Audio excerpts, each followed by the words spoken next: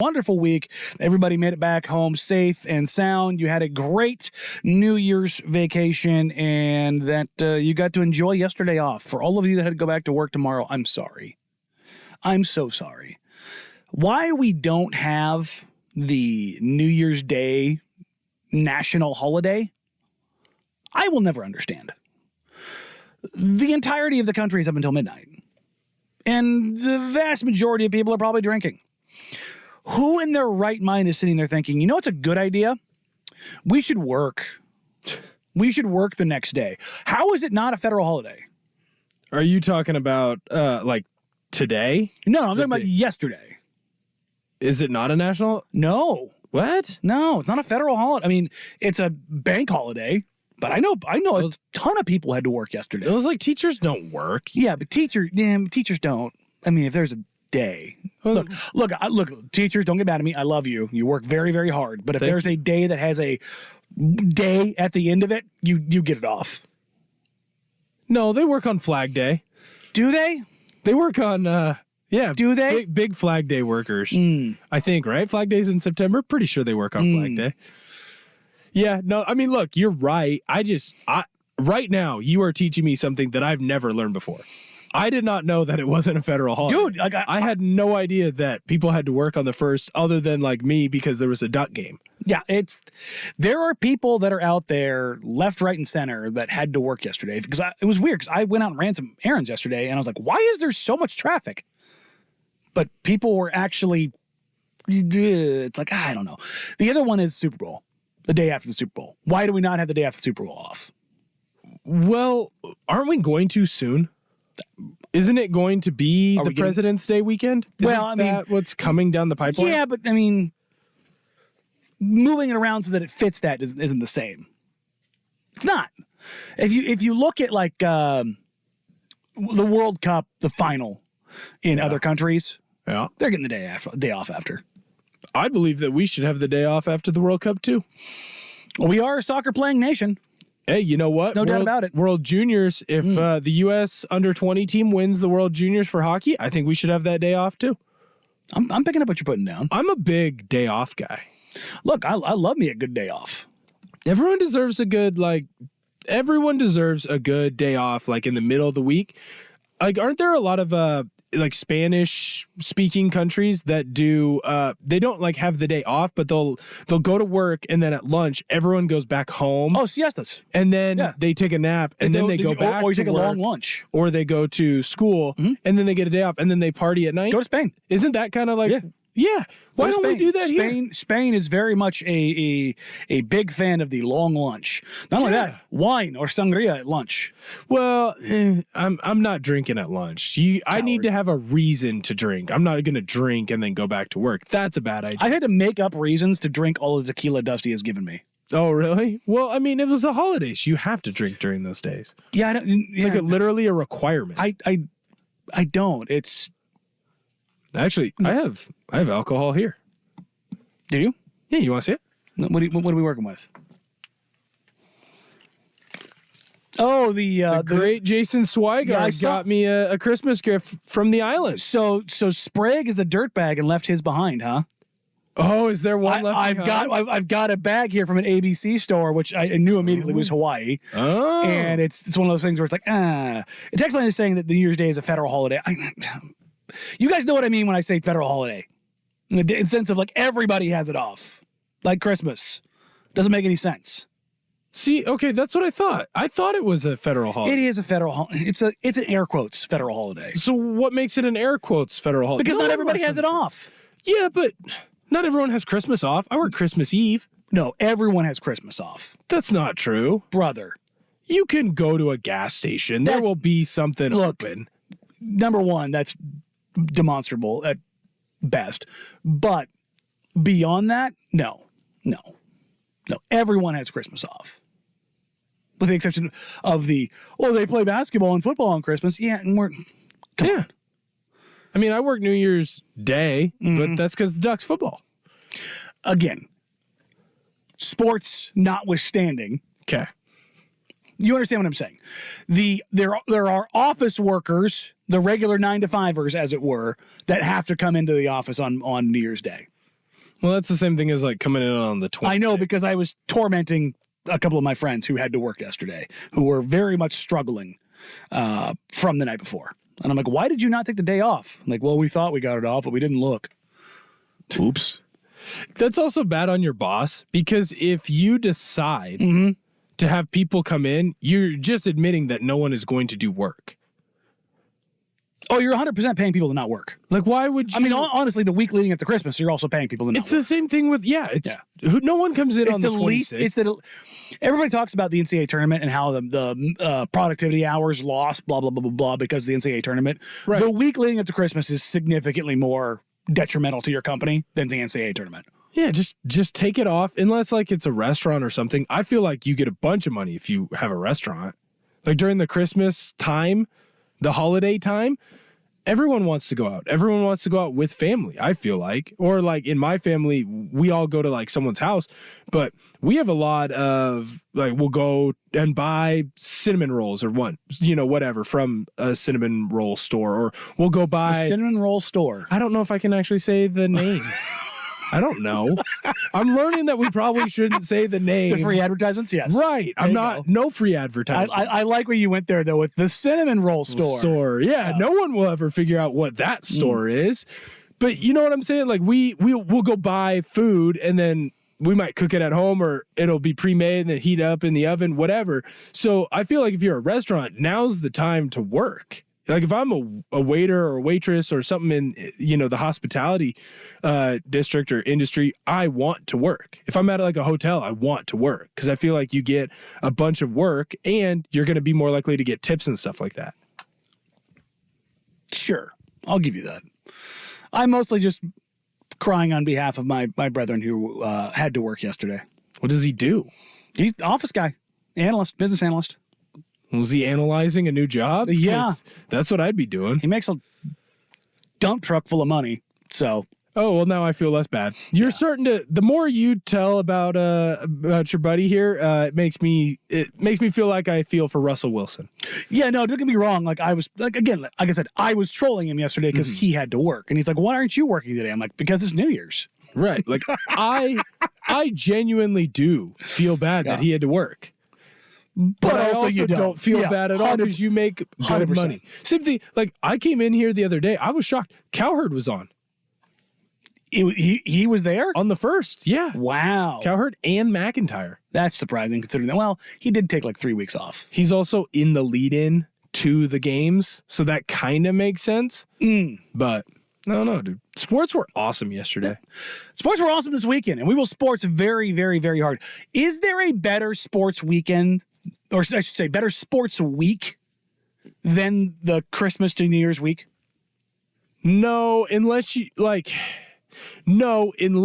there's a bunch of really good games in that week where you have all four sports going. That's exactly it. It's basically from my birthday, October 18th, to like October 25th. Right. But Like that's the other, that those to me are the two best weeks in sports. 100%, because in that week everyone's playing, but that doesn't necessarily mean it's a good week, because you could have blowouts in the baseball games, or hockey and NBA, it's so early in their seasons where it's like, meh. But they're also starting. Right. Like that's like, hey, basketball's back. Hey, hockey's back. Yeah, if you're a Detroit Baseball's Pistons running. fan, you're like, hey, we're over 500. Hey, This is 2-1 to very start cool. the season. We're very good. And we won't talk about that. The Pistons got to win. Then they got the crap kicked out of them. Right. But I feel like this last week, from like the 25th of December until the 1st of January, it equates to, it's always a good week no matter what, because everyone has that time for the most part off, or your workload is much lighter, I feel like.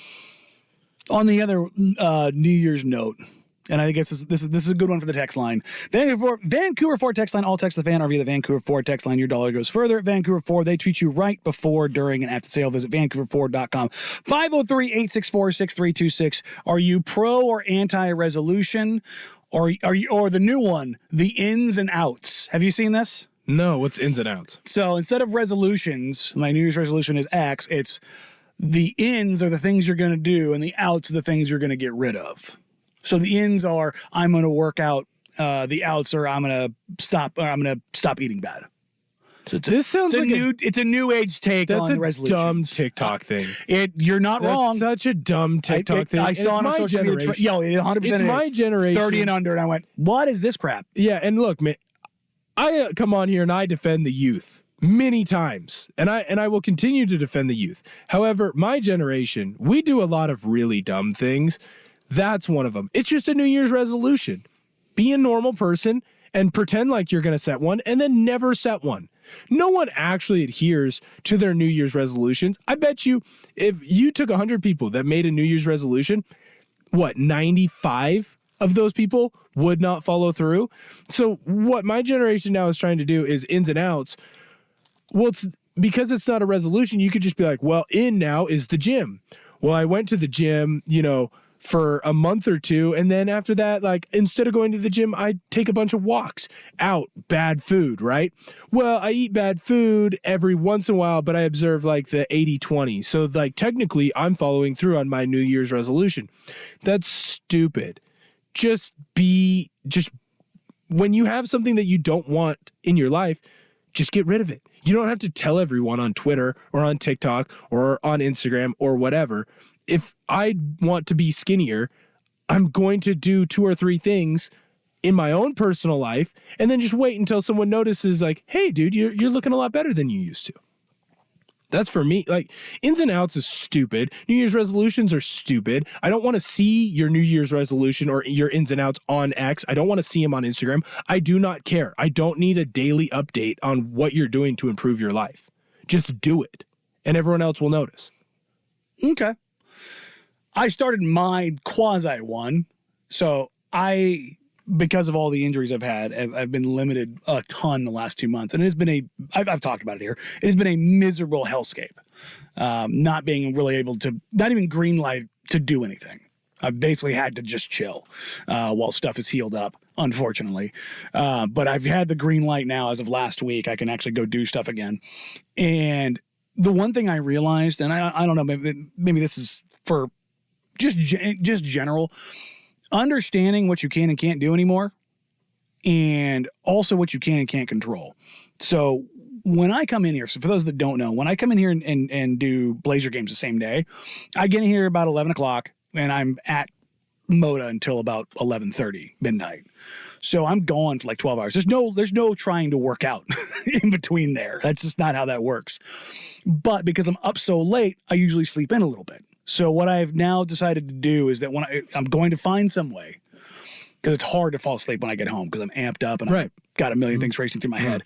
I'm going to try to get to bed as quick as I can and then make sure I get up as early as I can, because I can control when I get up and then go to the gym. So instead of going, I used to work out when I got home and when the non-Blazer season. Right. What I'm now doing is I'm now going to the gym before I come in here. Smart. So I can get stinky, but I can be like Sook. Just come in here. There's a shower. There is a shower here, and there's a shower at my gym as well. So you can shower. Yeah, it'll be okay. The other thing I did, and I can't believe I'm saying this out loud. I'm tanning too.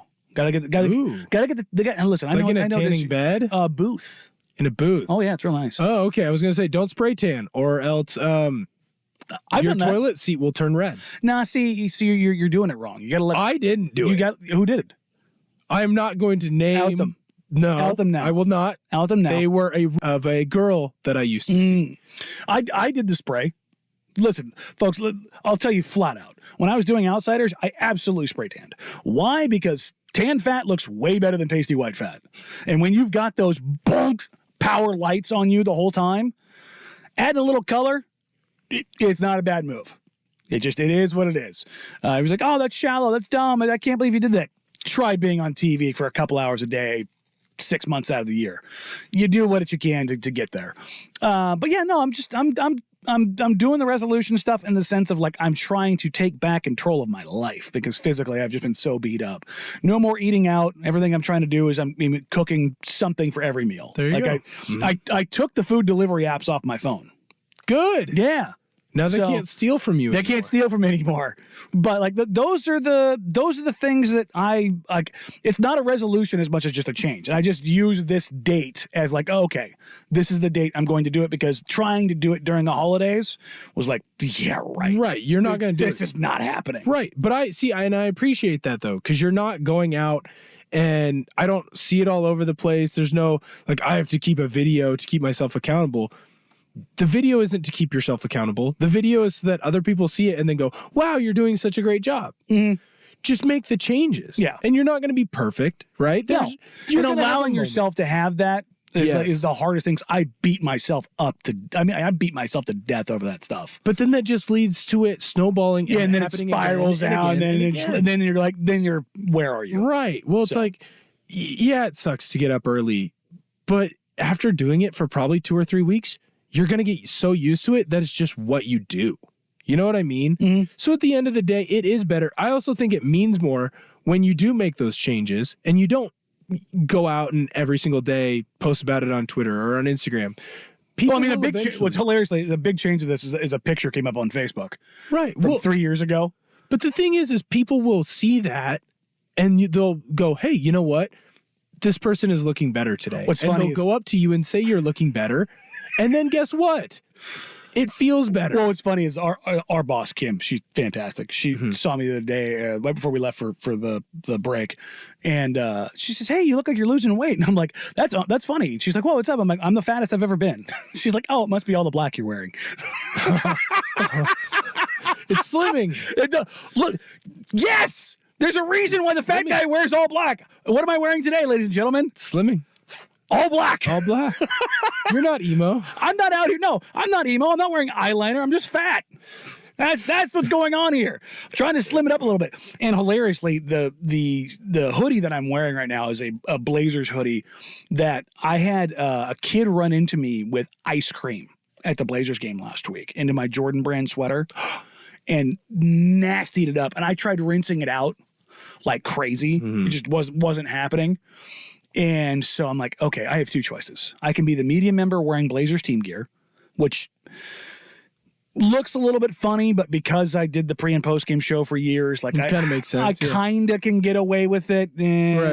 Right. But, or be the dirtbag with this giant stain on his sweater. And I was like,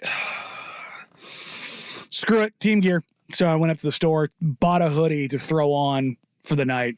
And hilariously, this is the same one that the team ended up wearing that night. So I look like I work for the Wow. team as I'm coming out. The I'm only like, thing that would have been better is if you would have worn like the full getup. Like you found like a Scoot oh, Henderson I have. jersey. Well, no, but I have the and pants for some this. shorts? I have the pants for this. Like Dude, that's fantastic. It's the Nike Dry Fit one. Unfortunately, I shouldn't say it's the exact team one. This is the Dry Fit hoodie.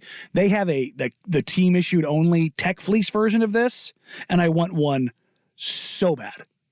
So bad. Those Tech Fleeces are dope as hell. Shout out to everybody on the Vancouver Ford text line. We appreciate you. Did you also go? Oh, I'm sorry. That was your response, Will. You had your note about going to the meat store. to going to the cinnamon roll store, and then there's a text here on here. I love our family tradition of going to the cinnamon roll store and then stopping at the coffee shop on the way home. And your response is also going to the meat store.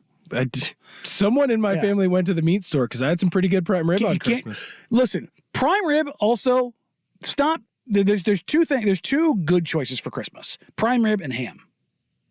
Yeah. Don't the other ones? No, the other holidays. Prime rib and ham, they shine on Christmas. Those are their days. Yes. And I don't Undoubtedly. care if I get ham or prime rib. I just like one.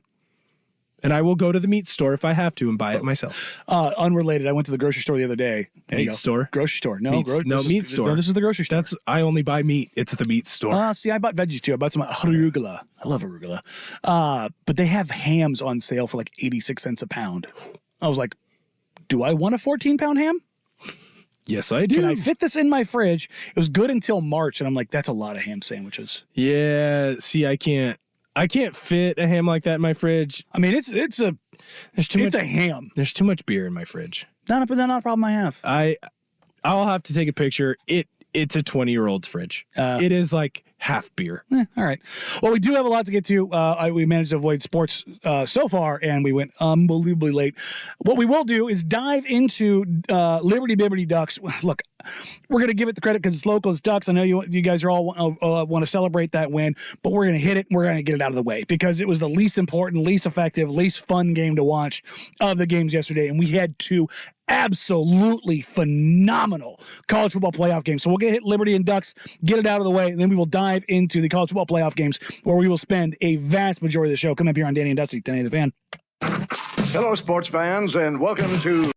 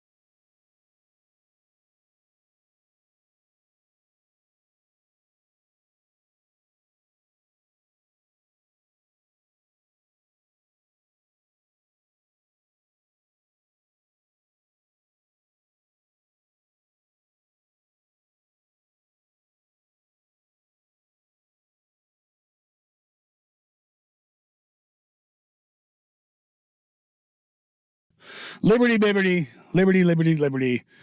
They went down 45-6 to the Oregon Ducks right here on 1080 The Fan in unglorious fashion. They had a decent start to the game, getting out to a little 6-3 lead.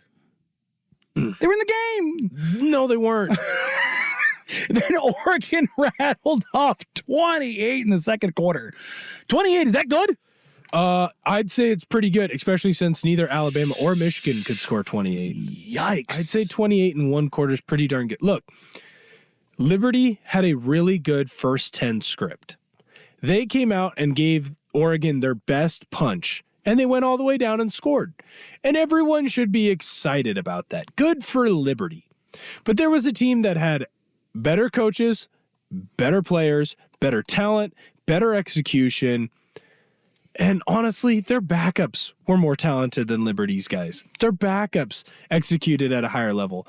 Oregon was going to go in and dominate this team, and everyone knew they were going to. And I feel like Oregon wanted to send a message to everyone of like, hey, this year didn't end the way we wanted it to, but this is the culture that we have. We have a culture where when our guys are going to enter the NFL draft, they still stick around and play in these games so that they can show the younger players, the next generation, where they need to build. Oregon beat the tar out of Liberty. It was unfortunate that they couldn't have played a better team in that same bowl game, right? Yeah, and then, that's the thing is, could you have gotten Oregon, Georgia? Could you have gotten Oregon, Penn State? Could you have gotten Oregon, Missouri? Could you have gotten literally any of the other matchups from 6 through 10? That's the question. Oregon, obviously, number 8 heading into the bowl series. What's interesting here is Oregon starts out field goal, punt, and then they go 6 straight drives on touchdowns. And it wasn't the methodical Oregon. They have 2 drives of 3 minutes or more, and then it's just down the field and score, down the field and score, down the field and score, down the field and score. And this game, I mean, I turned it on. I'll be blunt. I turned it on for about 15 seconds. It just, you knew what it was right out the gate. Yeah. And I had to save my energy for what was coming. Well, that was a smart move. But what you saw from this Oregon team is what you saw all year long. And I do think a positive that you have to take away from this game, if you are an Oregon fan, your team does not play down to their opponent. Now, it might be this year specifically, but whenever you played an inferior opponent, you treated them like an inferior opponent, and you beat the brakes off of them. And that's something to be positive about. It is. And the other thing to be positive about is you got to see Bo Nix play one more time. And after the game, Bo Nix got to address the media. It's meant the world. It's just such a great opportunity for me to be able to come out here and play with such an incredible team, and the coaches that we have, and the year that we had. I felt it'd be only right that I come out here and play one more time. I couldn't wait for this game to get out here and to play one more time. I think it just summed everything up. With my college career, and I wouldn't have been here without those guys. So it was the least I could do to show my appreciation. That's the cool thing is that you did get to see Bo Nix go out there and absolutely ball out. I mean, he put on an absolute show. Finishes the game 28 of 35, 363 yards, 5 touchdowns. And with that game, gets his completion percentage back up to have the single season record. I mean, that's why it's not the only reason why he came out, because he doesn't seem to be a guy who cares about records. But the last drive or two, that's exactly what they were doing. They were trying to get it. Dude, well, which is fine. It's fine. And I actually love it because it shows that you're willing to do things for your players. It's the same thing as like in the NFL. A couple of years ago, Seattle had a 3rd or 4th wide receiver, and I can't remember his name off the top of my head, but I remember there was like a minute left in the game. They're up 20 points on Arizona. They call a pass play specifically so they could throw the ball to him so he could get his bonus. Did you see the Gronk one with the Bucks 2 years ago? Right. Yeah, where Gronk's like, "Hey, Tom. What, Gronk? I need one more. What do you mean you need one more? I need one more for my contract. Need one more. All right." And he hits him and he's, "Thanks, Tom. $1 million bonus." But that's perfect, right? And if I'm a player and I see Oregon doing that for Bo Nix, I might be more likely to go to Oregon because they might do the same thing for me. It's little things. Yes. It's little things that matter. Oregon finishes the season with 12 wins, 12-2. I would imagine that in the final poll, when this is all said and done, Oregon's going to be top 5. They're probably going to be top 4. Depending on who wins between Michigan and Washington, that'll be 1-2. Georgia will be 3. There's a pretty solid chance Oregon finishes 4. You think that they'll have them move above? I think they should move above Alabama, but you think they'll have them move above Texas? And that's the question: is where do they end up there? We'll talk about. Well, you know what? I'll give you this one, Will. Which game do you want to hit first? Do you want to hit Michigan, Alabama, or you want to hit Washington, Texas? I think we should start with the Rose Bowl. It's the granddaddy of them all. It deserves its proper due. All right, and that's where we will start. We will start with the Rose Bowl coming up here next. But first, here's Big Will Betts with the Sports Center update.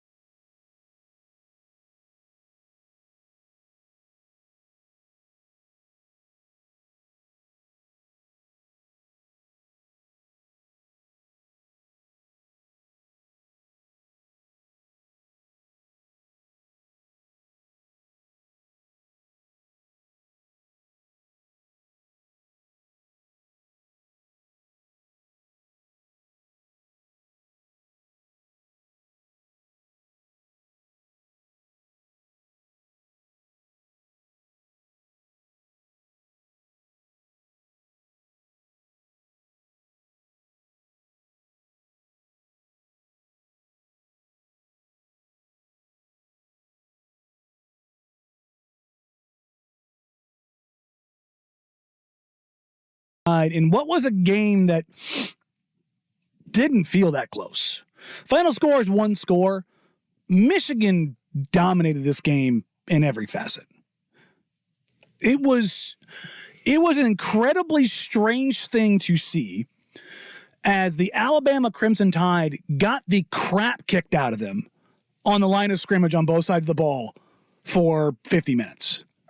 I was impressed with the defensive game plan from Michigan's coaching staff. I mean, it seemed like almost every play, someone was coming free, either by design or from one of their D linemen winning a one-on-one matchup and getting to Milroe.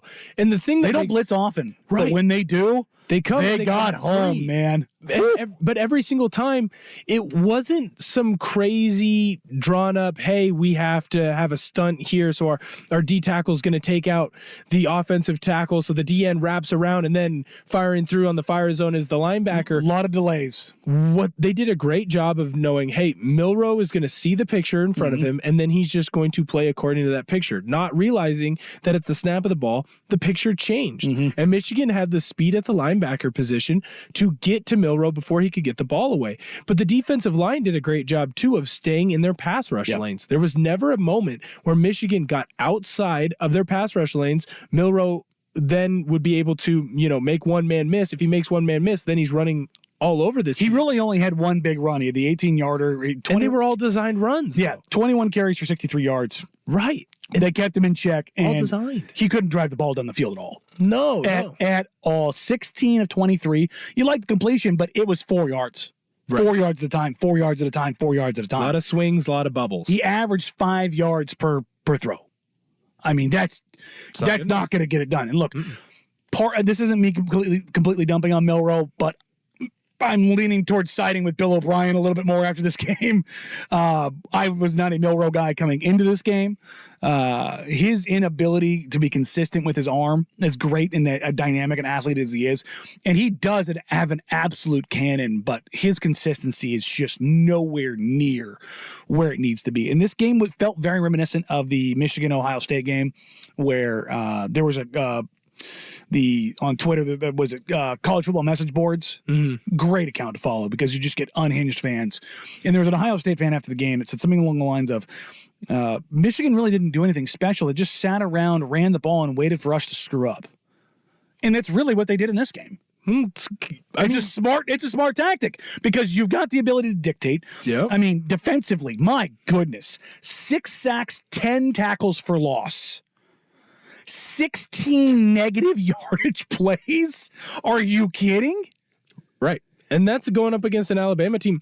Think about it. We used to talk about Alabama when they would win all their national titles was because of their dominant offense and defensive lines. And now you're seeing what happens when Michigan catches up. A lot of people were dogging on Jim Harbaugh early on in his career at Michigan because it was, well, Michigan can never win the big game. Michigan can never win the big game. What Harbaugh was doing was he was slowly building this type of team. He had to go in and get guys out of high school because back when he first took the job at Michigan, transfer portal wasn't the way it is.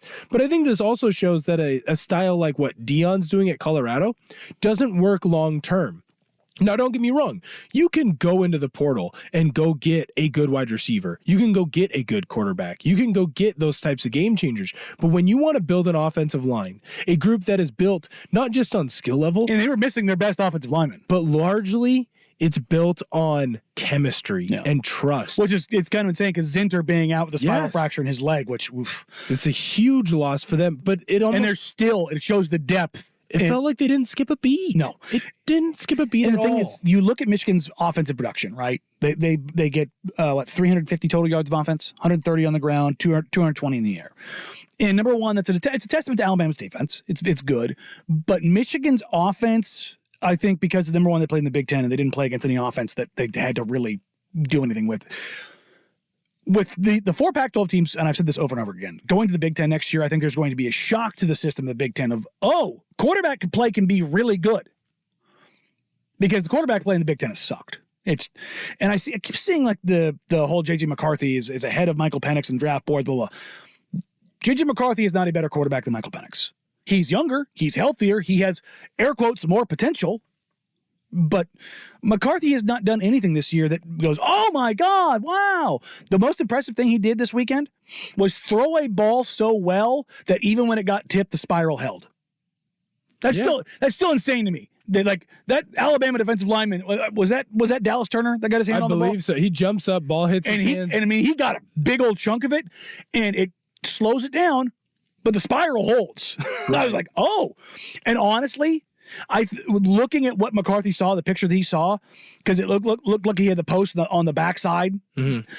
If he throws the ball as well as I think he's throwing it, I think he hits the touchdown right away. Mm-hmm. They ultimately get it out of the play, but Roman Wilson makes a incredible adjustment on the ball and keeping that drive going, and then obviously forcing the overtime was one of those things where like Michigan all day long shot themselves in the foot. Over and over. They should have been up probably 7 or 14 going into halftime, not 3. Yes. Or 4, whatever it was. And you're 2 for 11 on third down conversions. Again, hat tip to Alabama's defense, but you played very conservatively in the sense of, again, Michigan was like, all right, bet. Hey, see, Michigan, bet. They decided we're just not going to make mistakes. We're going to run the ball. We're going to take care of the ball, blah, blah, blah. There's just the one turnover piece for both teams. And you saw, ESPN this morning had Feinbaum on. And to the question. You said? Feinbaum? Feinbaum. Mr. SEC himself. And instead of talking about Michigan and like, hey, they won the game and they did this, the question was this the best game Nick Saban's ever coached? And it's the best coaching job. The best coaching job in a game where Michigan just shot itself in the foot over and over and over again. Untimely penalties, questionable play calling. But again, this has been their MO all season. They've been very good, but sometimes the details are a little off. Right. They're a little off. And I think part of that is the parity in college football. But also, there's this refusal to accept that Michigan is as good as they are. That they are so good, like a Bama, like a Georgia, that they can make mistakes and still pummel you to death because they're so good on both sides of the ball on offensive defensive lines. I also think that this is the ultimate Jim Harbaugh team. When you think about how Jim Harbaugh has developed his winners, not just at Stanford, but in the NFL as well, when he was at San Francisco, this is the design he wants. He wants big offensive line. He wants to be able to run the football well. Defensively, he wants a big defensive line that can get after the quarterback when they need to. And then he wants a game manager in J.J. McCarthy. It's the exact same thing when we saw the reemergence of Alex Smith. Before Harbaugh got to San Francisco, Alex Smith was talked about being a bust. He was a bum. No one thought he could get done what he needed to get done. He gets into this system that Jim Harbaugh has, and all of a sudden he's taken that next step. To me, I feel like that's exactly what J.J. McCarthy is. And so even in a game where you struggle on third down, even in a game where you have some questionable coaching decisions, I felt like McCarthy did what he had to do to win in Harbaugh's system, which was don't make the big turnover. Don't make the big sack. Don't make the big play that puts us out of position to win this football game. What McCarthy did is he went out and he managed the game. I agree with you. I don't think he's as good as Michael Penix, but he does a great job of getting done what is asked of him. And that's why Michigan was able to win this game. And when we come back in, a week? A little less than a week. If Michigan is able to beat UW, I think we're going to talk about J.J. McCarthy the exact same way. But if they lose, we're going to talk about J.J. McCarthy being the reason that they were held back. Being the game manager. Right. Which is, I said that something about that last week, and somebody said some version of, look, well, he's projected ahead of Michael Penix in the draft. Like, that doesn't matter in college football. The better college quarterback right now, it's unquestionably Michael Penix Jr. Yeah. We will talk about that game coming up here in the next hour. But where I want to go next is that overtime period. I want to talk about what Michigan did, what Alabama did, and what kind of led to the ending that we got in that game. Coming up here next on Danny and Dusty, 10 The Fan.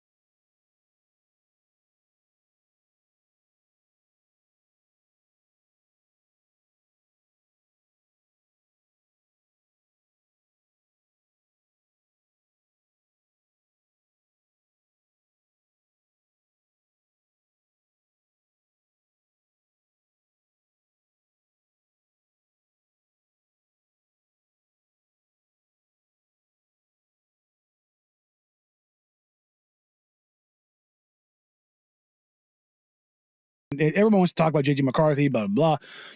Blake Corum was just a guy that every time they needed something, he got it done. And unfortunately for Corum, he got injured last year, and he's lost a gear. Last year, he was special. Little man, breakneck speed, breaking tackles, just cutting in inside phone booths. Just looked like a tremendous running back. He reminded me a ton of Maurice Jones-Drew. And then he obviously has the ACL and he comes back, and he's still really good. Don't get me wrong. He's still an NFL running back. He's just not the NFL running back that I thought he was going to be. But they get to overtime, Will, and Michigan goes with their identity. And they get the counter, and they get great blocking, but then Corum just says, I'm going to grown man run this. I'm going to break a tackle, I'm going to spin out, I'm going to break another arm tackle, and I'm just going to get in the end zone. And I think that was a great contrast between what Michigan is and what Alabama isn't. And what Alabama isn't is the offensive dynamo team that they've been at both the quarterback and wide receiver positions. This is the first time in, 10 years that they haven't had a quarterback/wide receiver combo that went, oh, crap. Well, this is the irony of it as well, because remember, what was the big knock against Alabama when Saban first got there? Was offensively, they didn't have the dudes. They didn't have they had the McElroys. They had the game managers. Right. They didn't have the explosives guys on the J.J. edge. McCarthy. Yes, and that's exactly it. And this year they have a young quarterback who, look, Milroe could end up being. He could figure it out. I'm not buying that stock. If you want to, I wouldn't have bought the Jaden Daniels stock after watching him at Arizona Listen, State. nobody was more out on him than Dusty. Dusty did not believe in him at all. I feel like Jaden Milroe has shown some flashes of that being a potential for him. 31, man, just was just slinging that thing. Right. And in the open field, he's tremendous. Right. But Michigan said, we're going to spy.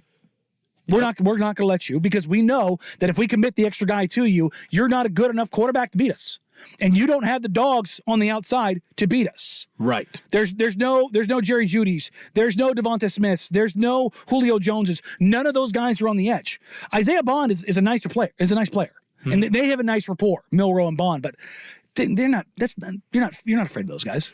Well, and this is why you had to turn on First Take or Get Up, whatever it was, and Paul Feinbaum was on there, and he starts going, "Well, this is the greatest coaching job by Nick Saban because they're limited at quarterback and they're limited at wide receiver, and it's like, well, they're limited at running back. They don't have that guy." Yeah. Here's the thing: Alabama is still Alabama, and when Nick Saban is there, and he has, I don't know, this would be a B+ team for him, probably. Maybe a B team. What's interesting is better than most A's. 24/7 Sports, they have, as far as team talent grades based on recruiting rankings, it's the number one team of all time.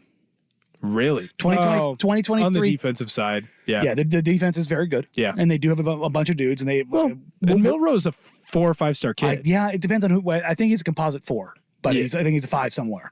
But, again, they're younger. Yes. You're seeing this with Georgia as well, after putting entire classes in the NFL in back-to-back years. With the leveling out of college football, this is where we're at. And on that leveling out, Alabama gets the overtime, and the entire series, I am questioning what the hell they're doing. Yeah. There's nothing that they do there where I go, yep. And I know you disagree to an extent on the last play. The last play, I disagree. I think the last play was a great call. I think 2 things happened on that play. It was a low snap, which you saw all game from Alabama's center. He had multiple bad snaps in that game. And when that ball came in at a low angle, Jaden Milroe's brain turned off. Mm-hmm. And he that play, put his head down and went right in the middle of the pile. That play is a zone read. Mm-hmm. So when you motion that wide receiver across, is it though? Because the back's completely out. But by the time the ball snaps, he's all the way gone. It's with the jet sweep. What he is doing is he's reading the defensive end. When the defensive end comes through, he is reading if the defensive end plays the mesh point to me looked like it wasn't there. If the D end comes at the quarterback, he's going to hand that ball off in the jet sweep. They have the edge. It's a touchdown. You think that the timing's there for that though? Yep. I didn't think that they had it there because it was a low snap. But even off the snap's good. I just feel like the mesh wasn't. It's what the design. That's what the design of that play. To me, it felt like, number one, they didn't execute. They did not. It was a low snap. But even beyond the low snap, even if the snap's good, I don't think that mesh point's there. I think they botched that. He might then. And then beyond that, he doesn't make the read. And then number 3, he just decides, I'm going to plug the hole of my forehead. Well, and that's the thing. I actually think he made the right read because the defensive end does come upfield. So he shouldn't hand that ball off. He should take it. But the way his guard is pulling, when you watch it from the back angle, his guard is pulling to be a lead blocker, not a trap kick out. Milroe runs it like it's a trap kick out. So what I'm saying there is if it's a trap play, Milroe should run a gap, which is where Milroe ran. But the way the guard pulls out and around the edge of the tight end, that looks more to me like a B to a C gap power look. And if that's the look, Milroe should then run to the outside. And if he does, he walks in untouched. And we're probably still playing that football game. Maybe not right now, but I think we're going to double OT. I think the bigger issue is they got to overtime and they did not risk it. They did not attempt to go to the end zone. Yeah, they wanted to stay running. They wanted to stay within themselves. Turnover. And it's like, you looked at it. I mean, they come out first play, it's a check down for a yard. Right. Nothing vertical. Oh, okay. Second play, it's the designed run. Milroe goes. They get the new downs. Then they run the dive, and it's stuffed at the line of scrimmage. Right. Then they run the counter, and he is absolutely destroyed in the backfield. Michigan gets the big number 55 gets in there for penetration and just eats them up. Now it's a loss of 6. And now you're sitting there and you go, okay. They find Burton up the sideline at the loss of 6. So you gain 5 yards. Right. Where they're playing the soft coverage and they're going, we'll give you that. Because we know you're not going to. Michigan knew Alabama was not going to test the back end. And they kept everything in front of them. They said, beat us. And for Feinbaum saying, is this the best coaching job Nick Saban did? The lack of risk-taking when you know you are the underdog in this situation. You've watched 4 quarters of football. You know that you are not going to get another opportunity here.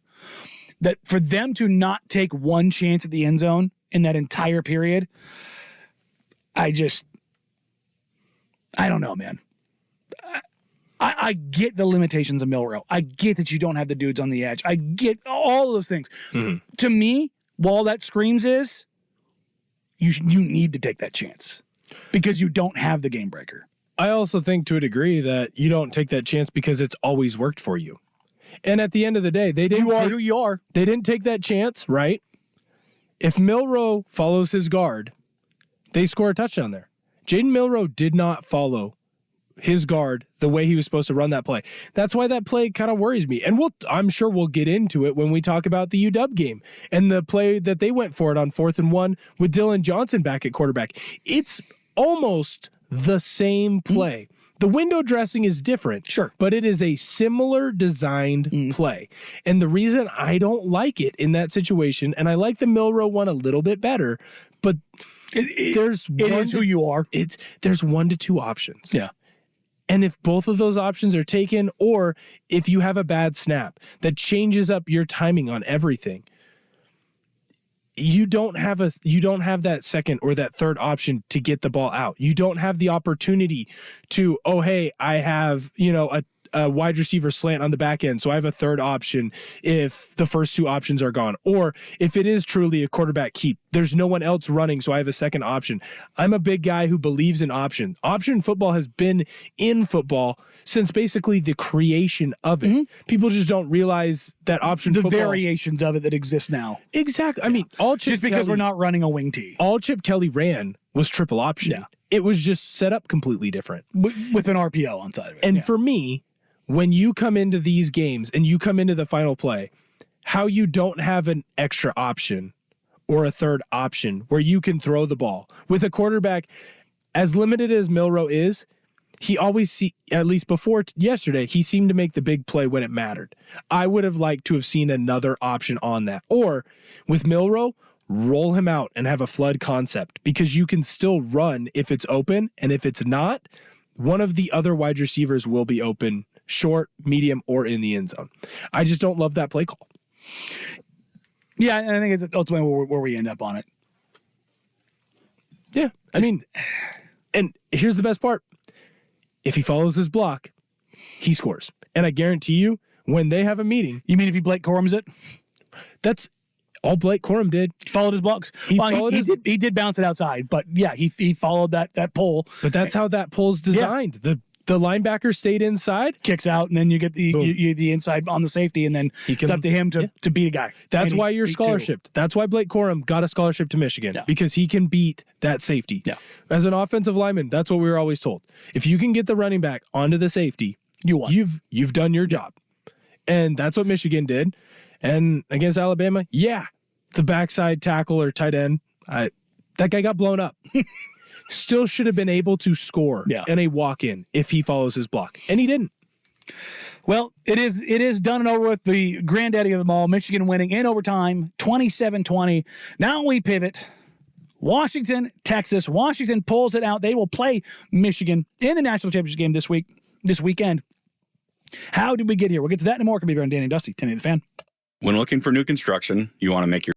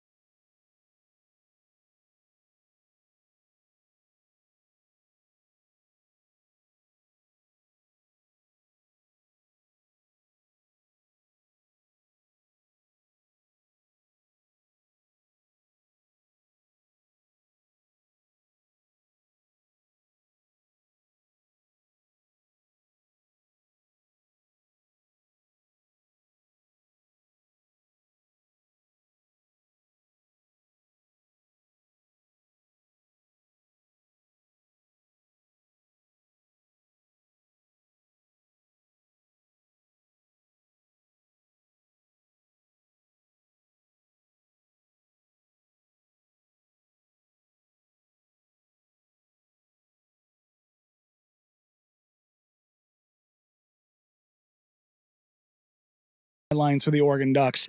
The other college football playoff game, the Washington Huskies taking on the Texas Longhorns.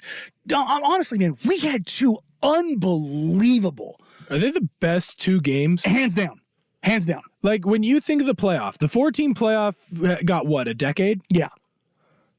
Hands down the Those best might weekend. be the best two games. And we got them both in the same. It's the same as the Pac-12. Yeah. Right? Just absolutely phenomenal games in the college football playoffs. The last year of the 4-team, you get these two great games.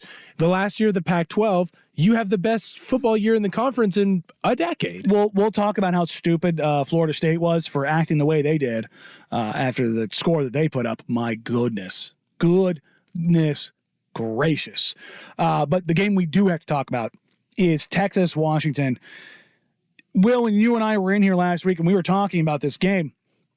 The big question you and I had was, can Texas's defense, can their defensive front be impactful enough to disrupt and derail this Washington offense, which features a wide receiver core, which I think we can now safely say is the best in the country? Yes, easily. Coming into the season, Ohio State won, UW 2. Everybody else was playing for third and beyond. Right now, UW is significantly ahead of Ohio State.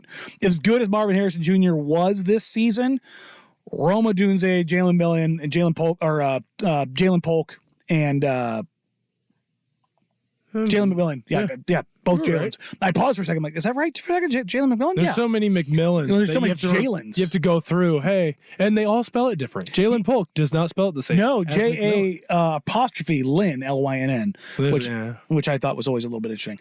But you get Roma Dunze going for $125, Jalen Polk going for $122, and then two more wide receivers in Westover, who stepped up huge in this game, for 59 yards, and McMillan for 58. And you have four wide receivers that just put you in hell. Jeremy Bernard, fumble.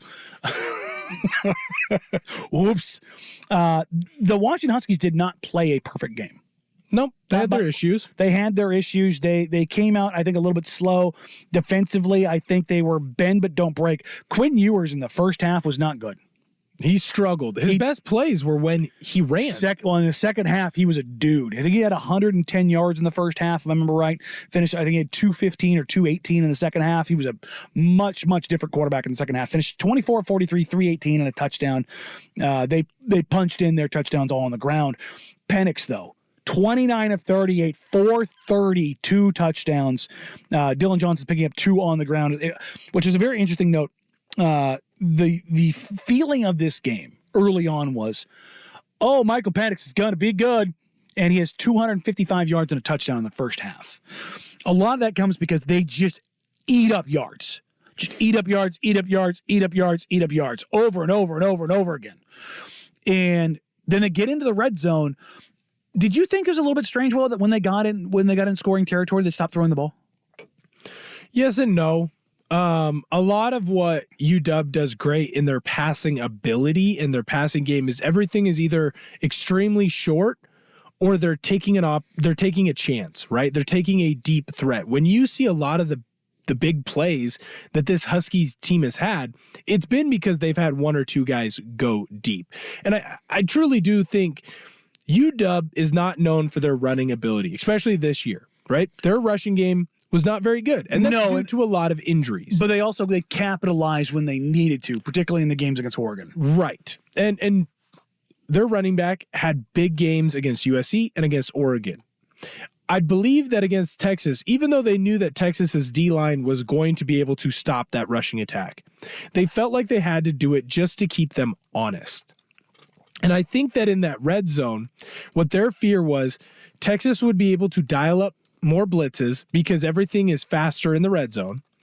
So we're going to run the football and trying to attack those points where they are blitzing, right? Because if you, as a football team, if you beat the blitz, there's no one there on that side. It's a high risk, high reward move, right? Because if Texas beats you, they're getting a tackle for loss. You're not gaining any yardage. But if you are able to pick up a man for a man and your running back hits that hole through, you're running easy into the end zone. So I wonder to a degree with UW's game plan is, hey, we can attack them this way And maybe they might not be expecting it because we're not known for our running ability. We're going to try and take advantage where we can here. So I think that's where you saw that game plan from UW. If I was them, though, I would have ran a lot more tunnel and bubble screens. They didn't, because they stretched the field so often. Mm-hmm. And our boss, Jeff Austin, Mr. Texas himself, decided he was talking to us this morning and mentioned that Texas was playing soft on the outside all game long. Right. And that was something that they were doing, and Washington was more than glad to take that. Through the first half, Washington is just gouging them. Big play after big play after big play after big play. Texas goes 5 and out. 5 plays, 11 yards. They don't do anything. Washington comes down, and all of a sudden it's aired out. I would love to know the script for this game, because they come out. There's the little check down, offsides, Dylan Johnson counter the outside, and then it comes. Hey, we're gonna go short. We're gonna run a little counter, and then when they think they're settling into the game, the first play butterflies are gone. We're gonna let this thing go. Odunze, run, right, run, and Penix goes, boo, and just dots him for 77 yards, and you went, uh-oh.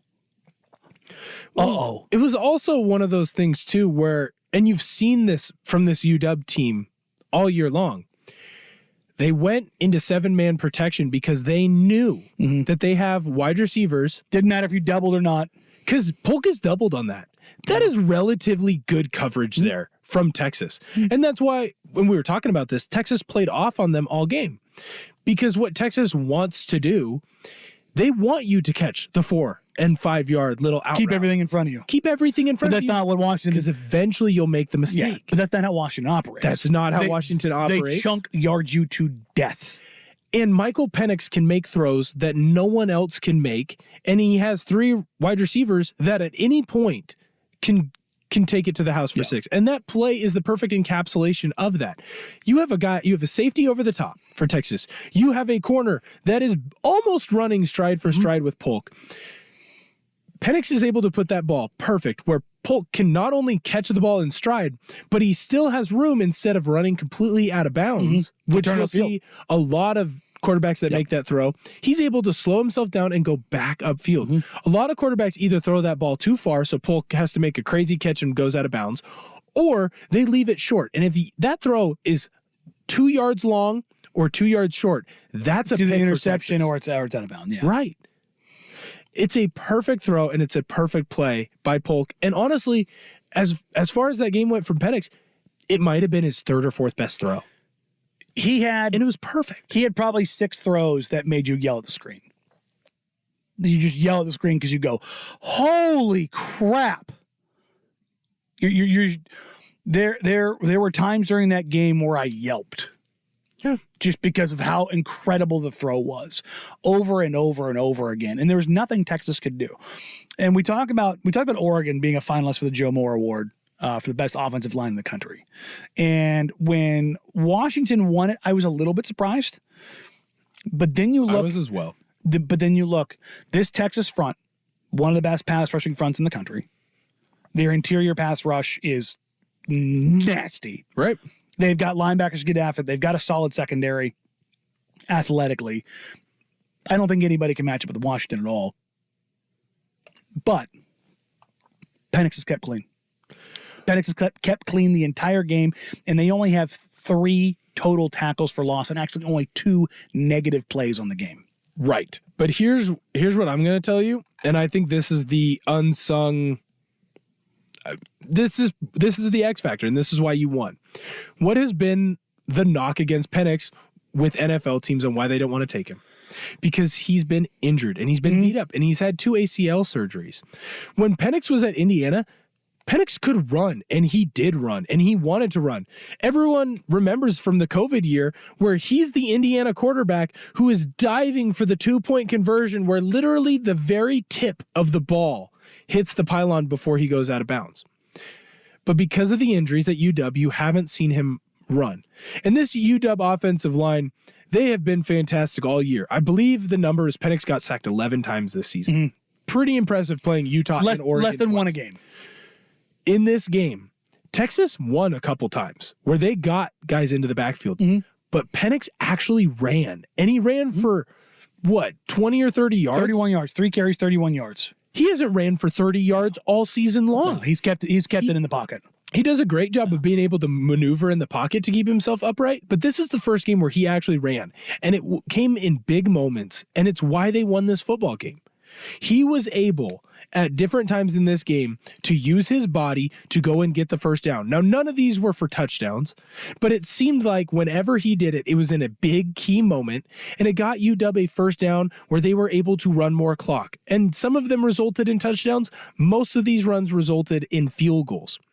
But being able to run that extra 2 to 3 minutes off the clock and being able to get that extra first down to make it an easier field goal for your kicker is what ended up leading to the victory in this game.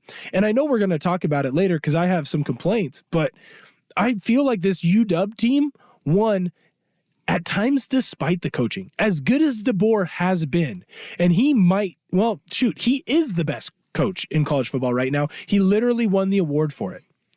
He had some boneheaded calls in late moments in this game and in key moments of this game. And he should be thanking Michael Penix, and really he should be thanking his entire defensive secondary for bailing him out of that one. And that's exactly where we're going to go to next. The final minutes of this game we have to talk about, as well as some additional news and notes surrounding this game and just how dominant of wide receiver play that we saw from UW this week. Coming up next on Danny and Dusty, 10 the Fan.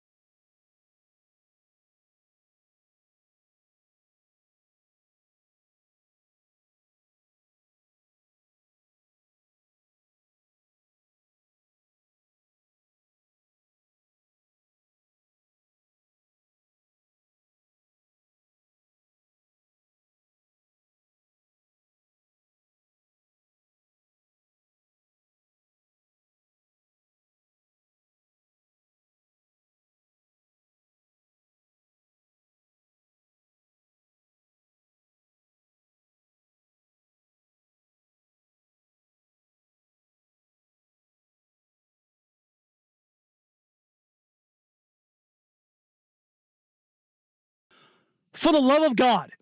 As good as Kalen DeBoer was in this game, and they were great, they seemed to have an answer every single time they needed something, except for in the final minute of the game. In a moment where they absolutely, unequivocally should have kneeled out the ball, I don't care about another first down. You're going to give this ball back with about 14 seconds on the clock to a team that has not shown that they can go 80 yards in 14 seconds for a touchdown. You get your running back hurt, which he was in a boot following the game. He may not be able to go on next weekend for the national championship game. Right. Because you didn't kneel out. On the impending turnover after the punt, your cornerback absolutely eats it on his shoulder and looked like he was at his, Jamil Muhammad looked like he separated his shoulder. Thank God he came back into the game. All because your hubris was so overwhelming that instead of just taking a knee, you decided you were going to try to force this. And then you just make mistake after mistake after mistake. Okay, so I'm gonna defend DeBoer a little bit because I do have some issues with play calling. I've already talked about the 4th and 1 where they put Johnson back there as the quarterback, and then they ran some kind of power scheme. The Wildcat where they got nothing. And I hate that play call. Oh, God. And the reason I hate that play call is because Dylan Johnson isn't going to throw the ball. No, the beauty of the quarterback run is you think that they might throw the ball, so you have to commit guys to the back end. You have to commit guys to try and guard the wide receivers. When Dylan Johnson is in there at running back, well, at quarterback, but quarterback has a running back, he isn't throwing the ball. So they're going to load the box. It's a dumb play call. I don't have an issue with him running the ball on 1st, 2nd, and 3rd down there instead of taking a knee. Here's why. If they do get that first down, then the game is over. Hindsight is always 20/20, right? And if you look at it and you told Kalen DeBoer, hey, you're going to run the ball 3 times. On the 3rd play, you're going to get your running back hurt. Texas is going to get the ball back with 50 seconds. Of course he takes. But here's the thing. You receive the ball with 1 minute and 9 seconds. Right. Texas has 1 timeout. 2. I'm sorry, you're right. You're right. 2 timeouts. They have 2. They have 2 timeouts. So you run the first play, you get it down to 106, timeout. Right. You run the second play, runs down to 102. You run one more play, you are getting that clock down to a bare minimum 20 seconds. At bare minimum, 20 seconds. Okay. Take the delay of game, punt. Or call a timeout. Whatever you want to do, right. Run it all the way down. Now you punt. You're going to get 4 seconds off the clock. You're now going to make a team go the full length of the field in 12 seconds. Yes, but if you get the first down, you don't have to give it back. Will, it's 12 seconds. But if you get the first full length of the field, that was touchdown. Enough. That was enough for Patrick Mahomes. Crazier things have happened. If you get the first down running the football there, you never have to give it back. This is fine if you're Oregon. You're a team who is built on the run. This is fine if you're Liberty. You're built on the run. You are the University of Washington, and you have not run the ball. You are not a run-the-ball team. Right. Kneel the ball. If you're going to be aggressive, put the ball in the hands of Michael Penix. If you're going to sit there and not stop the clock, put the ball in the hands of the guy that makes plays. Well, if Dylan Johnson doesn't get hurt, you still run everything down. It's that injury, it's a fluky injury. It is. But you got the injury because you tried to have it both ways. You tried to be who you aren't, and your aggressiveness wasn't tied to who you are. I don't feel like that's being aggressive by running the football there, though. That is how you play the game. That is how coaches have played football for years. I love that play call. I don't. I do not at all. If you're going to take the chance, take the chance. Put the ball in the hands of your best players. But if he throws an incomplete pass, then you're killing them for the same thing. Yes, it's a fluke injury. But I don't care about the injury. Right. The injury came about because of what you did. That's circumstantial. Right. You put yourself in that position because you failed to be who you are. You understand what I'm saying? You are not a team that lines the ball up and runs the ball. You would rather have them take the knee or put the ball in Michael Penix's hand. Those are your two choices, in my opinion. Yes. So then by your logic, you know what? You could call there, and I'll go with you on this one. You went down the middle path. You tried to have it both ways. Well, and I'll go with you on this one, right? With your abilities and with your inability to run the ball on the ground, why not go with the bubble screen there? It's almost a 100% completion shot there. And put it in the position of one of your playmakers. Put it into Odunze's hands. Yeah. Put it in Polk's hands. Put it in McMillan's hands. Put it in one of your dudes' hands that can go make a play in space. Okay. Quit trying to run between the tackles. And that's something that I can get behind there because in my eyes, I don't think you can take a knee there because basically what you're saying by taking a knee there is we're okay with giving them back the ball and we're okay with what happens after it. There have been plenty of crazy things that have happened that have lost you that game. And if you take that knee and Texas scores, it is the worst coaching decision since Pete Carroll throwing the ball on the 1 yard line with Marshawn Lynch. Even though when you go back and you look at that play, New England outnumbered Seattle in the box. The smart play was to throw the ball because that's where you had the advantage, but they made a better play than you. So but again, you made a call based on who you're not. And I think that's what people didn't want. It's not that Pete Carroll threw the ball. It's that they didn't give Beast Mode the chance. Right. And that's what I guess. And if that's your move here with UW, I can get behind that. But to go out, if they would have went out and let's say they threw a slant or they had, a middle pass there because it was 3rd and 6. Yeah. It gets knocked down or gets picked off or whatever. Right. The worst thing that happens, you're getting lambasted. Yeah. And if Dylan Johnson doesn't get hurt, we don't say boo about what happened. No one would think about that rule needs to go away. Right. Because what should happen there is there should be an option. Because there's got to be something there where an offensive player, if he's legitimately hurt, why should it stop the clock? Because think about this, if you're Washington and you don't have timeouts and you get to that spot and all of a sudden, injury, then you get the runoff. But if you don't get the runoff, and it's like, I didn't want to stop there. Why is the clock let us get up and running clock. Let's go. When we get back on the ball. The other thing that I think is weird is even if there is a stopped clock, why wouldn't it reset and run? That's what I'm saying. With 25 get seconds. back up on the ball when everybody's back. Once the injury's off, umpire over the ball. Everybody good? Run. Right. How is that? It's a weird rule, and I don't think that I knew that was the rule. It's before dumb. It happened. It's dumb. Also, speaking of dumb, what a just brain neutral play to get the kick catch interference. What the hell are you doing? That's someone who's letting the moment be too big for them. Oh, we saw it. So we saw it in both games though. Dumb special teams decisions almost special teams cost Michigan and UW. The special teams play was horrible. Both college football playoff games, as great as they were great because the special teams was so bad. It was horrible. I mean, holy crap. You're the long snapper. You're only able to get down there so fast because they want to fair catch it. It's absolutely ridiculous. And then,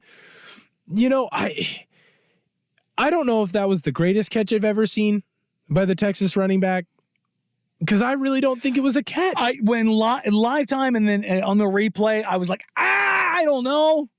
I don't think it's a catch. But it was already called one on the field, so how can you take it away? Yeah. It's like in the Oregon game on the Stevens interception. Yes. The ball hit the ground, but it was already called a catch, so it's probably going to stay a catch. Yeah. It's underneath half of it, but it's not underneath the half that hit the ground. How does that work? And then, look, I mean... Then Ewers uncorks it, and you have unbelievable catch. And so you have got the Dylan Johnson injury. Then you've got the kick-catch interference. And then you've got a 41-yard pass.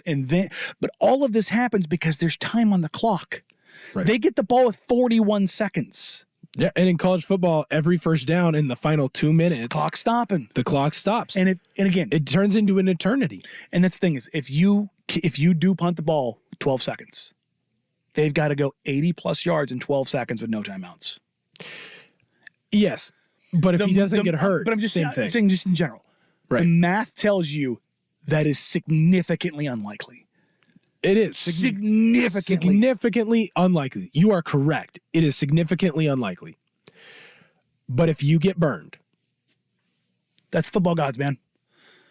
that's not what your fan base is going to say. a football That's god, not what man. the AD is going to say when you go into a contract negotiation. Just saying. And if Dylan Johnson doesn't get hurt, also significantly unlikely. They get it back with 12 anyways. You should have been playing with free money there, because if Dylan Johnson doesn't get hurt, you're getting it back with 12. If Dylan Johnson gets through, your offensive line gets their job done, they might even get a first down. I can listen to your argument where you say, hey, put the ball in your best player's hands. Put it in Penix's hands and do a high percentage play, right? Maybe it's a little shovel pass to Odunze up front, a bubble screen, a tunnel screen. Give me something. Something where, hey, Where the it's a ball's high- not dropping. It's a high percentage The play. clock's going to keep running, but you have an opportunity, because running between the tackles in that game, Dylan Johnson staying healthy, he's not getting that first down. Right. And you know what? I can get behind that logic. And Totally. That's but the thing. I can't get behind the taking the knee. That's what I'm saying. If it's for me, it's one or the other. You're either hyper aggressive and you're putting the ball in the hands of your best players, or you're taking the knee. I don't like the in between. And that's something I can get behind. That And I can know, get behind. I know. Put Well, the ball what in happens Penix's if hand. that sure-handed wide receiver core drops the ball? Blah blah blah. Like, again, this is a note from the game. Washington wide receivers were targeted 20 times for 19 catches and 353 yards. That's as dominant a wide receiver game that has ever existed. That was the three, right? Yes. That was Polk, McMillan, and Odunze. Yes. 353 yards, 19 of 20. It doesn't Patrick Mahomes get, is sitting here throwing his hands at the sky saying, why can't I have that? it doesn't get more dominant than that. No. You had to And have a big game. and that is why I would put the ball in their hands. The games they were having, the hands that team has, the special ability to make a play. And I know that goes counterintuitive to run the ball, run the clock, everything that I'm talking about, as opposed to taking the knee. But I'm saying that if you're going to be aggressive and true to who you are. And if it's a high percentage throw, bubble screen, tunnel screen, shovel pass, I can get behind you on that. So, but Texas does get an opportunity. They get the 41-yard throw. I feel like when you got there, yours didn't. Neither the wide receivers nor the plays that they called gave yours a chance. They did the thing Alabama didn't do, which was they took the shot. They took the shot at the end zone. Right. But when I watched it, I was like, I would have liked to see. Like, I know you have to go to the sidelines. I know where the clock, time, and downs, and how much game's left. All those things. I wish they would have taken one in the middle of the field, in the end zone, where you've got a big-bodied receiver who has an opportunity to go make a play. If you're going to do that, you better make sure you get in. I know. Now, And we're talking about a route going into the end zone, in my opinion. Right. That's just so you had a little bit more space to work with, because throughout the day, Ewers was really good in the second half. I don't think he was as good as he has been in previous games. Well, I think, and this is true of Milroe too, this is why both of these guys need another year of college football. Yeah. Quinn Ewers, if he wanted to come out this year, might be a day 2 guy, like mid to early. It depends. I think he's more day 3. Well, I think he's QB 7 or 8 on the board.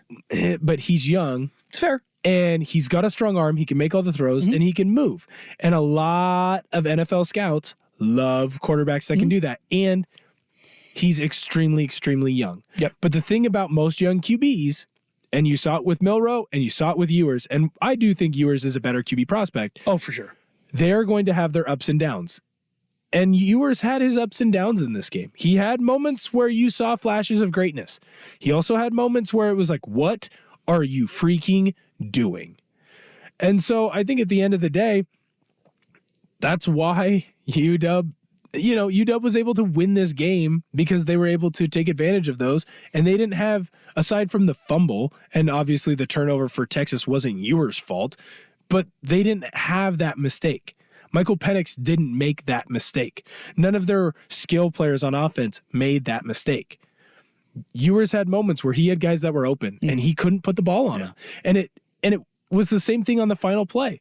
I feel like where he put that ball on the final play of the game was not the best spot to put that ball. If he could have put that ball 3 yards further up where he throws it high and lets his wide receiver go and get it, Texas's receivers showed all game they could go up and get the ball with Yeah, they high pointed quite a few. Why would you throw it back to where the corner is? Why would you throw it back where not only is he going to have to jump up high, but find a way to tap his toes? That ball's got to be put in a better spot. Vancouver Ford text line, as a Texas fan, that was a fitting ending. This team was a house of horrors all season. It is what it is. Also, running between the tackles, the Joe Moore award-winning O-line when it would have won the game with a first down, or B, run the clock down 10-50 seconds. That's the right call 10 times out of 10. I don't disagree with the logic what you're pointing out behind that, but the Joe Moore award-winning offensive line wasn't road grading and allowing this Washington team to pound the rock all season long. If this was a Utah Joe Moore award-winning offensive line, one that's meant to just absolutely pummel you, a Georgia or an Alabama one that has been made to road grade you out of the way and get 6-7 yards at a time, sure. But this Washington team wasn't set up for that. All right, coming up next is our worst day on the web. But first, here's Big Will Betts with the Sports Center update. No.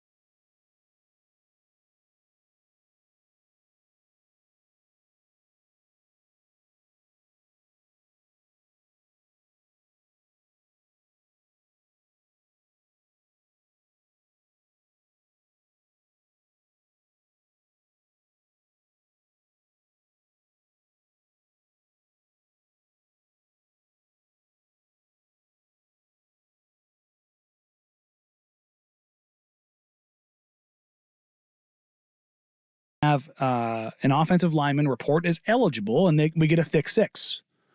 Executed perfectly. Perfectly.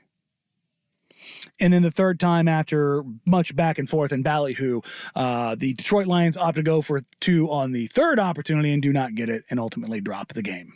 You got it flipped. First play was the thick 6. Oh, sorry. First play. Then they got the jump off sides. Yeah, then they got jump off sides, and then the third play they go for it again. I just knew the Vancouver Ford text line was going to be blowing up. You. I got you. No, thank you.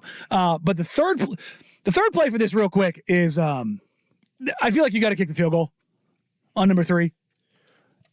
I feel like I would agree with you. I feel like you got to go there. I feel like it's not Dan Campbell. I know, and I feel like the Dan Campbell arrogance got sent up to like 2,000 points, and it was one of those situations where it's like, I get it, but maybe you got to swallow your pride right there on that one. I know it sucks, but probably should do it. I don't think it's a hubris, as more of it's a frustration. This is what we're doing, boys. Yeah. We are going to win this game now, and he always plays aggressive. This is in the Dan Campbell playbook. And it goes against what I just said. So I understand that. I kind of think, so with most coaches, you're going to have rules. Mm-hmm.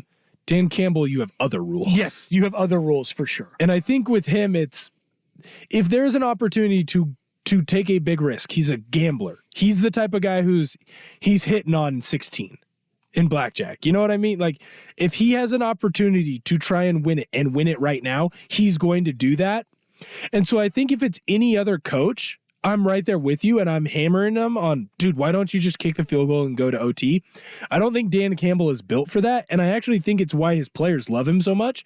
They're galvanized by his, again, I don't want to say hubris, but almost his huevos. Exactly. His ability to just say, we're going to win it, and we're going to win it There's an arrogance there, and I think they do rally around it. Yeah. I think there is a hubris there. I don't think it's a bad thing. Right. But I think in that moment, the frustration from the thick 6 and the example and the excuse that he was given sent him through the roof, and I don't think he was thinking clearly. I think at that point in time, I think you're losing your collective S. For those that are wondering what happened, the Detroit Lions and any NFL team, if you're going to run a trick play like this, you talk to the refs about it. Hey, this is what we have. Just a heads up. This is probably what we'll go to if we get the opportunity. It looks like this. It'll come like this, so that the refs know when it happens. So they had a lineman eligible play. And what the ref is saying is that it was illegal touching because one of the linemen, Taylor Decker, did not report in that number 68, and that instead number 70, Dan Skipper, was the one who declared. So if you go back and you watch the tape, you can see the referee, by the way, his name is Brad Allen, and something tells me that NFL Films is going to have the audio of this, and either it's going to make a ref look very, very bad, or it's going to vindicate him. I'm leaning towards the very, very bad. I imagine he screwed this up because 2 very large men came up to him, Skipper and Decker, and that they went to go to him after Jared Goff said, hey, make sure you check in. Make sure you let him know that you're eligible. So they run the thick 6 to perfection. He is butt naked in the end zone. The little Spider 2Y banana, except for the banana this time was a very thick boy. Yeah, I don't know how he got his clothes off. I mean, glued on, right? Incredible play. You're sitting there going, whew, doggy. So then after about 30 seconds of debate, they throw the flag, which exacerbated this even further, which lets you know they definitely let them know that somebody reported. Whether or not it was the right guy that reported is up for debate. And so this is what we have from the pool report from the post game. This is from clickondetroit.com. They have the pool report here and referee Brad Allen's statement. So we had a situation where if you were going to have an ineligible number occupy an eligible position, you have to report that to the referee. On this particular play, number 70, who had reported during the game a couple of times, reported to me as eligible. Then he lined up at the tackle position. So actually, he didn't have to report at all. Number 68, who ended up going downfield and touching the pass, did not report. Therefore, he is an ineligible touching a pass that goes beyond the line, which makes it a foul. So the issue is number 70 did report, number 68 did not. And what the Lions are saying is that number 68 did report. When you watch the all-22 footage of it, it is very clear that Decker and Penei Sewell go up to the white hat to report. Skipper is running onto the field. Skipper has reported multiple times in that game and in other games. Yes. Throughout the year, he has reported. And so what happened, and this is what I believe, so I screwed it up. if I'm wrong, you feel free. You can come find me. The referee saw the two guys coming up to him, saw Skipper coming onto the field, and went, oh, Skipper is coming to report. I am going to say that 70 is eligible, which he did. He said 70 was eligible. And then when you look at that formation, There's no way 70 is saying he's eligible because there's he knows where he's at. no way 70 is saying he's eligible. No. So what you're seeing here is He confused them both. And what I think he needs to do is take his time in that situation. He was trying to go fast. Yep. And he didn't slow down. What's the old saying? Measure twice, cut once. He measured once and he cut. Yeah. And he had a tape measure that was slightly off. Smooth is fast, fast is smooth. Exactly. That's where it is. And the further conversation goes, there was a player that, this is the question for the pool reporter, there was a player that went to you just before that play. It was Decker, and he was talking to you. Two linemen talking to you, and then you went to the Cowboys defensive line to speak to them. What was that conversation about? That conversation is where number 70 reports to me, and then I go to the defensive team, and I say to them, number 70 has reported as an eligible receiver. So they'll be aware of who was reported, and then I return to my position. That was the conversation with the defensive line. Following question, we noticed there were 2 flags thrown on that same play. Was there another penalty call as well? Alan, yes, because number 70 reported as eligible was covered up in the line of scrimmage. That makes it an illegal formation. So number 70 is an illegal position because he was covered up by rule, and then number 68 catches the pass, which is also illegal. So the Lions were completely wrong. A player that was ineligible reported as eligible because he was a tackle, and the guy that was eligible did not report as eligible and lined up as a receiver. Or is the more likely possibility here that Brad Allen botched this? He botched it. He saw 70, Skipper, come onto the field and just assumed. And as soon as that play went off, it was, oh my goodness, this is what I have to say. Because when you watch the All-22, Skipper doesn't even get to him. It's Decker and Penei Sewell. And Dan Campbell talked about it after the game. He said he went up and explained the play call and what they were going to do to the referee. They were going to try and confuse Dallas. Now, Dallas fans have come out and said, well, if 68 had been the one that said he was eligible, we would have covered him. That could totally be true as well. It's not a guarantee that that play would have worked. My argument to that would be he was on the ball. I would imagine, an eligible spot. yeah, I would imagine that regardless of what the referee said, when they line up, the Dallas defense isn't going, hey, he's covered up, so he's ineligible. No, they're looking at that as 68's eligible because they're looking at the formation. They're not dumb. There were a lot of times in college, and I get it, it's D2, so maybe not the brightest brand of football. I played tight end.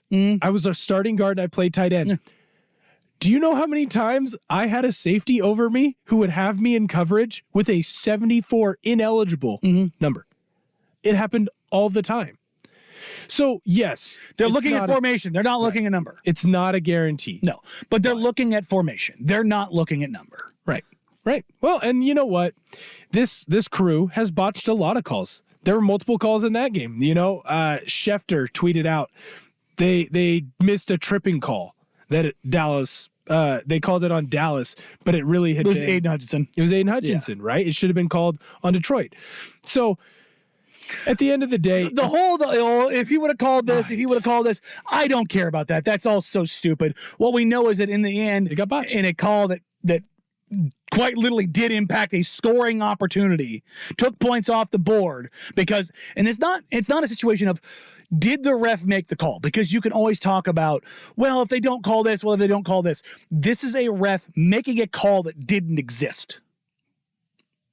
It is quite literally a referee error. Nothing was done by the Detroit Lions. right. And that's the problem. And that's our worst day on the way. Coming up next, pregame heading into Alabama, Michigan. Pat McAfee just keeps giving and giving and giving. The great brand of lank.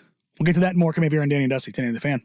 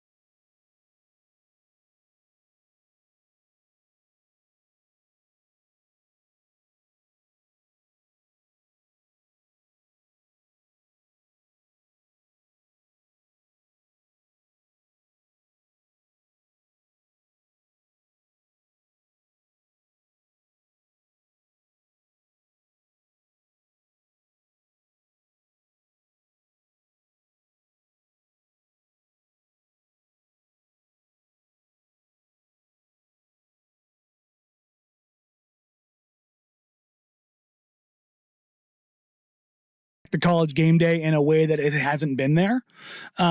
You may not like the frat boyization of what it's become in a sense, but it's more fun. And it's more fun because of situations like we got from Reese Davis yesterday morning. Jalen Milroe often wears his own branded apparel reading LANK across the front. It's an acronym that stands for Let a Naysayer Know. Being told by his former offensive coordinator, Bill O'Brien. That is not what I thought. Is that not what you thought? Boy, let a naysayer know. Let a naysayer know. Of course. The professional's right in the middle of his lead. That's all right. I just keep going. You almost lost me. It got real tight up here as you were. I just want to let you know. Reese, you were too smooth with that. I thought it was going down. I thought it was going down out here. Whoa. I looked over there. Oh, sorry about it. Let a naysayer know. Let a naysayer know. Naysayer know. That's what we thought the whole time. That's what we all thought. For those that are wondering, yes, the naysayer is the N-bomb is what he was going with. There. No, it's always been naysayer. Yeah, I know. But what they thought, Desmond Howard. That's what they thought? That's why they were laughing. Oh. Oh. I just thought naysayer was a funny word. It was. Who was it was also up on the panel there with him? It was, Desmond Howard, Herb Street. I always get Fowler and Davis confused. Yeah. There was another wide I, receiver up there. Yeah. God, I'm blanking on who it was. What his name? Either way, they both lost it. I mean, they completely lost it. It was fantastic. It was fantastic, particularly after, you had the naysayers' comments. It matriculated over to the NFL after the week that Lamar Jackson had.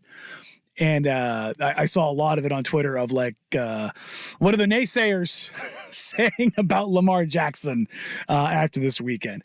Which it's a fun. It's a little. There's a little more lightheartedness, a little more goofiness, and not. This is gonna be a little bit of a side rant here, a little bit of a squirrel moment.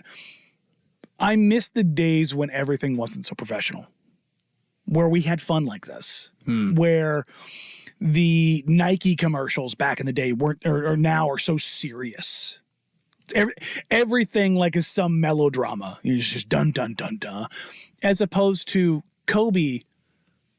Look, say what you want about Kobe. The commercial where everybody says "I love to hate Kobe" was a fantastic commercial, right? But it was lighthearted. It was fun. It's what sports are supposed to be, and it's not supposed to be taken so seriously. And McAfee has injected that into College Game Day again, because with Lee Corso in the state that he's in, he's not himself anymore. And it's nice to have a little bit of this again. And his rant on when he picked Alabama over Georgia, where he did the whole Georgia song leading into it and then picked Alabama. Did you see that? Yeah, it was great. Oh, God. And he did it in Atlanta. In Atlanta at SEC headquarters in that massive building. It was great. It was great theater. And it's just those little things that made College Game Day so good for so long that it felt a little bit stale. It's awesome to see this coming back around. All right, coming up here now in hour number 3, 3 up, 3 down, 3 things we like, 3 things we didn't. We've gone the entire show so far without talking about college football or without the NFL, because college football carried the weekend. But we will get into some NFL talk here on 3 up, 3 down, and then going into the next hour. Danny and Dusty, 1080 The Fan.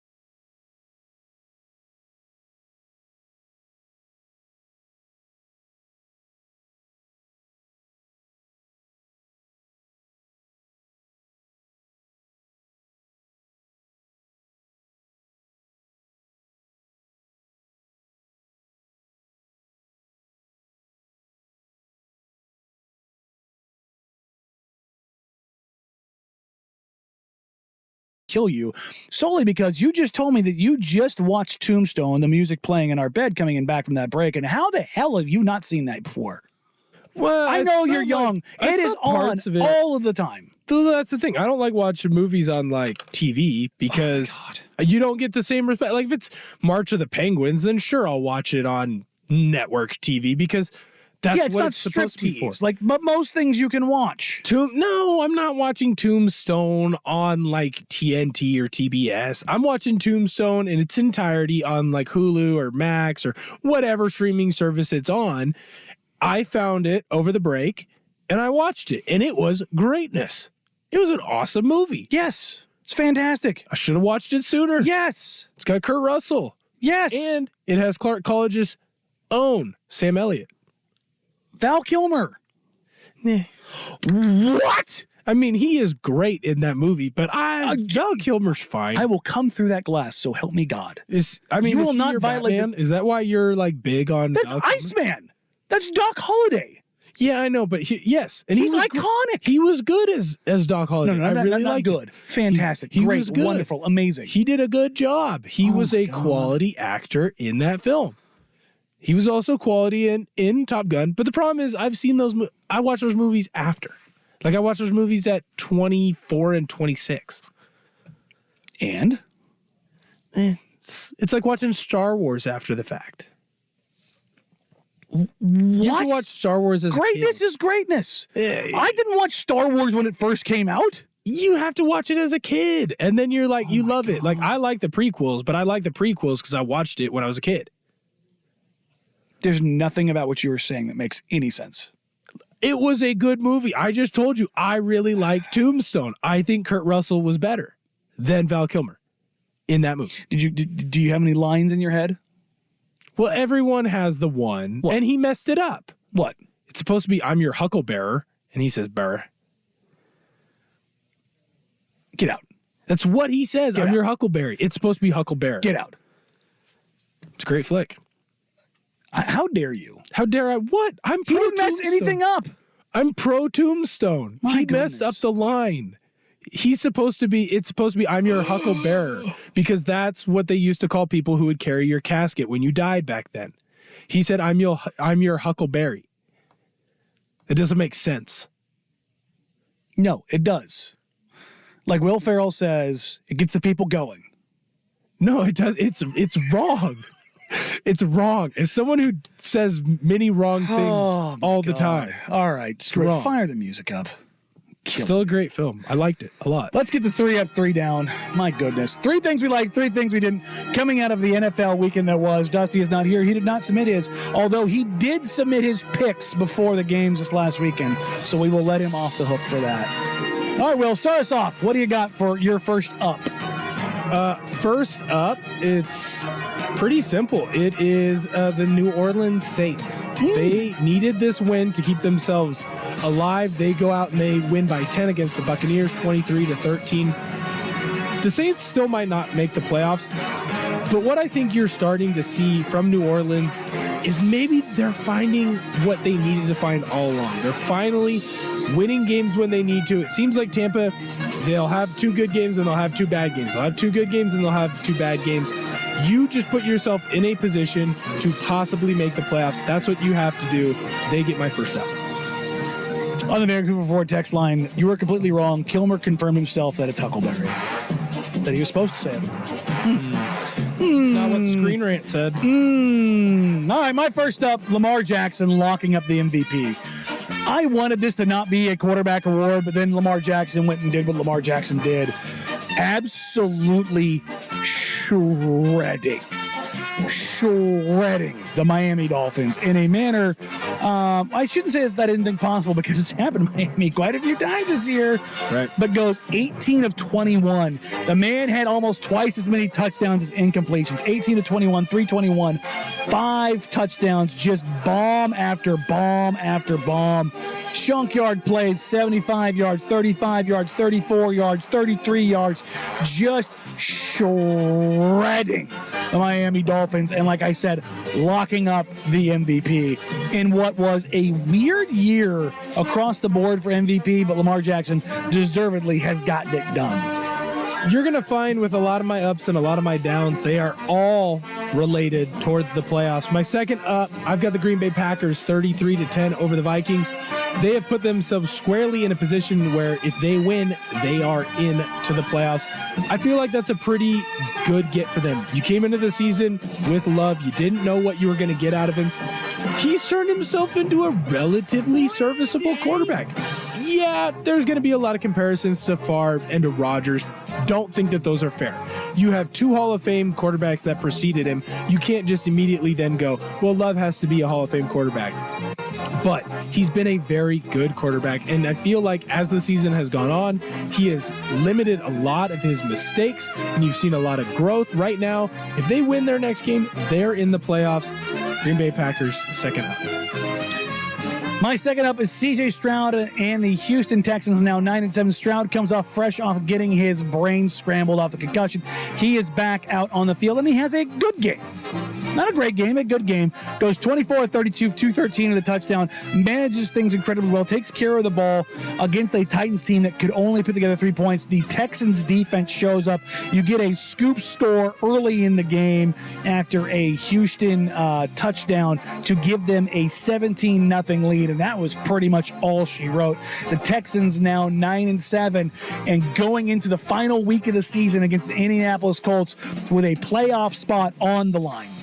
It's absolutely fantastic. My last up, Cleveland Browns 37, Jets 20. That puts the Browns in the playoffs.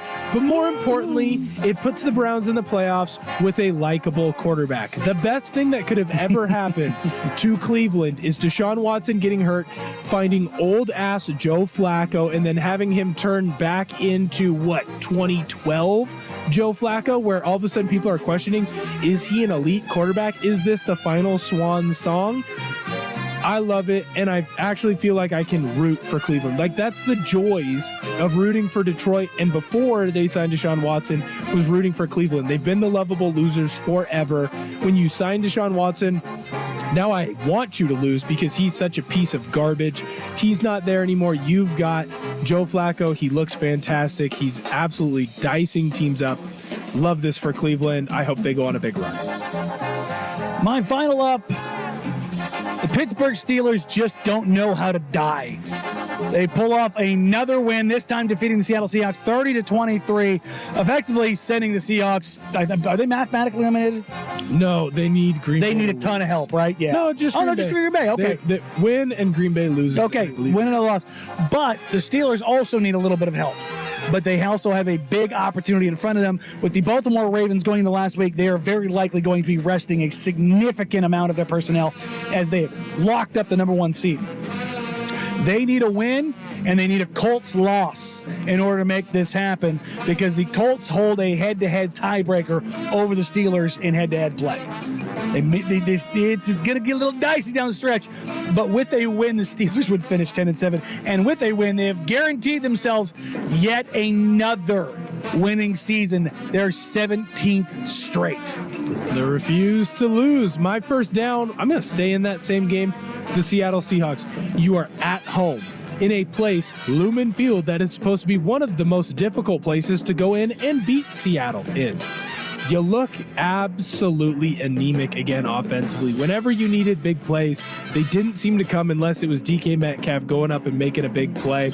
Or a couple times you were able to find JSN, get him into the end zone. Once Kenneth Walker went down, once you lost Abraham Lucas at right tackle, the running game just absolutely disappeared. And you were in control of your own destiny. You were in a spot where you just had to win and you were in, and now you need help. You need teams to lose. I believe it's just Green Bay, and you have to win your game against Arizona. But oh, by the way, we'll talk about them in a little bit, either you or me, with one of our downs, I'm sure. So my first down, Seattle losing at home. My first down is what the hell, Cardinals? What the hell, Cardinals? What are you doing? What are you doing? Why are you trying to win games? What are you doing? You're winning games and taking yourself out of position to improve your team. Why are you trying to win games right now? What are you doing? By winning that game, they are now tied with the New England Patriots and the Washington Commanders at 4-12. You were in the driver's seat of the number 2 overall pick. What the hell are you doing trying to win this game? There's nothing to be gleaned from. There's no we're building a winning mantra in this organization. No, you're not. Shut it down. Lose the game. Get the best draft capital you can going forward. You complete dumpster fire of a franchise. At every turn, you continue to make the dumbest possible decisions. We're staying in the same game. My down, the Philadelphia Eagles. You were 10-1, and you look absolutely horrific. You had to switch defensive coordinators already. Your defense is struggling. How do you not shut down an Arizona Cardinals team that doesn't really want to win? How do you not complete the ball offensively? How do you not drive down and score multiple touchdowns? This is not the same Philadelphia team at the beginning of the year. Shoot, this isn't the same Philadelphia team last year that went on a run. They're already talking about Nick Sirianni possibly being on the hot seat. They're talking about firing 11-5 in Philadelphia. Firing your Super Bowl winning coach at 11-5. Super Bowl appearing. Thank you. Super Bowl appearing coach. He was there. He cried. People remember. They're like 1-4. You're the superior bird. They're like 1-4 since the Chiefs game where he's yelling at all the fans. They are fundamentally broken from the inside. Eagles, you should be ashamed of yourself. You lost to a team that should be trying to lose. You gave up 35 points. Jalen Hurts played well. 18-23, $167, 3 touchdowns. Sloppy on the interception. Ugh. A.J. Brown, did you see his interview? You mean the lack thereof, and then said, "Don't worry, media guys. This isn't directed at you, i.e., it's directed at my dumb coaching staff that has been unable to get me the ball for the last 3 weeks after being the best wide receiver in football through the first 8 weeks of the season." How you manage, again, this is my second down as well, is the Eagles. WTF? How do you lose this team? This is a team that is intentionally trying to lose. They can't get out of their own way. Losing this Cardinals team, maybe it should put you on the hot seat. Because I just don't understand how you can come out of this game. It's the NFL, blah, blah, blah, parody. Everybody gets paid. I don't care. It's the bleeping Cardinals, and you are a Super Bowl supposedly contending team. Get right. My last down. This is the only one that doesn't have to do with the playoffs for my ups or downs. Chicago Bears. An announcement came out that they are planning on keeping Matt Eberflus, also known as Matt Dweeberflus. Why? They're also talking about keeping Justin Fields instead of using the first trading down pick. I just retweeted somebody out in Chicago who had a play of Justin Fields this week and scrambling and getting out and saying Caleb Williams doesn't get out of this play. What? My guy, that's what he does. What are you doing? You are talking yourselves out of taking a shot. This is Stockholm syndrome. You're taking we can't have a good quarterback, so let's stick with the crappy quarterback we know. It's unbelievable. Yes, he shows flashes of being decent. He also shows flashes of being absolutely horrific. Why would you not fire Eberflus? Go get an offensive-minded head coach and then go grab your quarterback in the future. Maybe the best prospect since Andrew Luck. Best quarterback prospect since Lawrence, for sure. I think Lawrence is the better prospect, but Caleb is special. You can say what you want to, you're a USC guy, blah, blah, I don't care. Go talk to literally any person in the NFL world. Caleb's special.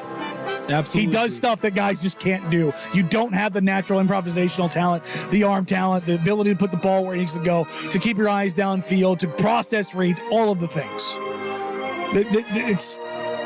The Bears continue to astound and not astound at the same time. You're going to have the number 1 overall pick in 2 years in a row, and there's a chance you might not take a quarterback with either. And you're going to blow it both times. Well, they made the right move last year, for sure, unless you're going to take C.J. Stroud, which they would have got Bryce Young. Let's not kid ourselves. My third down is the Miami Dolphins. They can't beat anybody. They can't beat anybody good. And this will be a shot at Joe Fish because they did beat the Cowboys. Like I said, the Dolphins can't beat anybody good. because they continue to lose to anybody who's good. And the Ravens beat the brakes off them 56-19. Tua struggles. HN can't get going. I mean, if you look at the Dolphins and who they have beaten and who they have not this year, just look at their losses.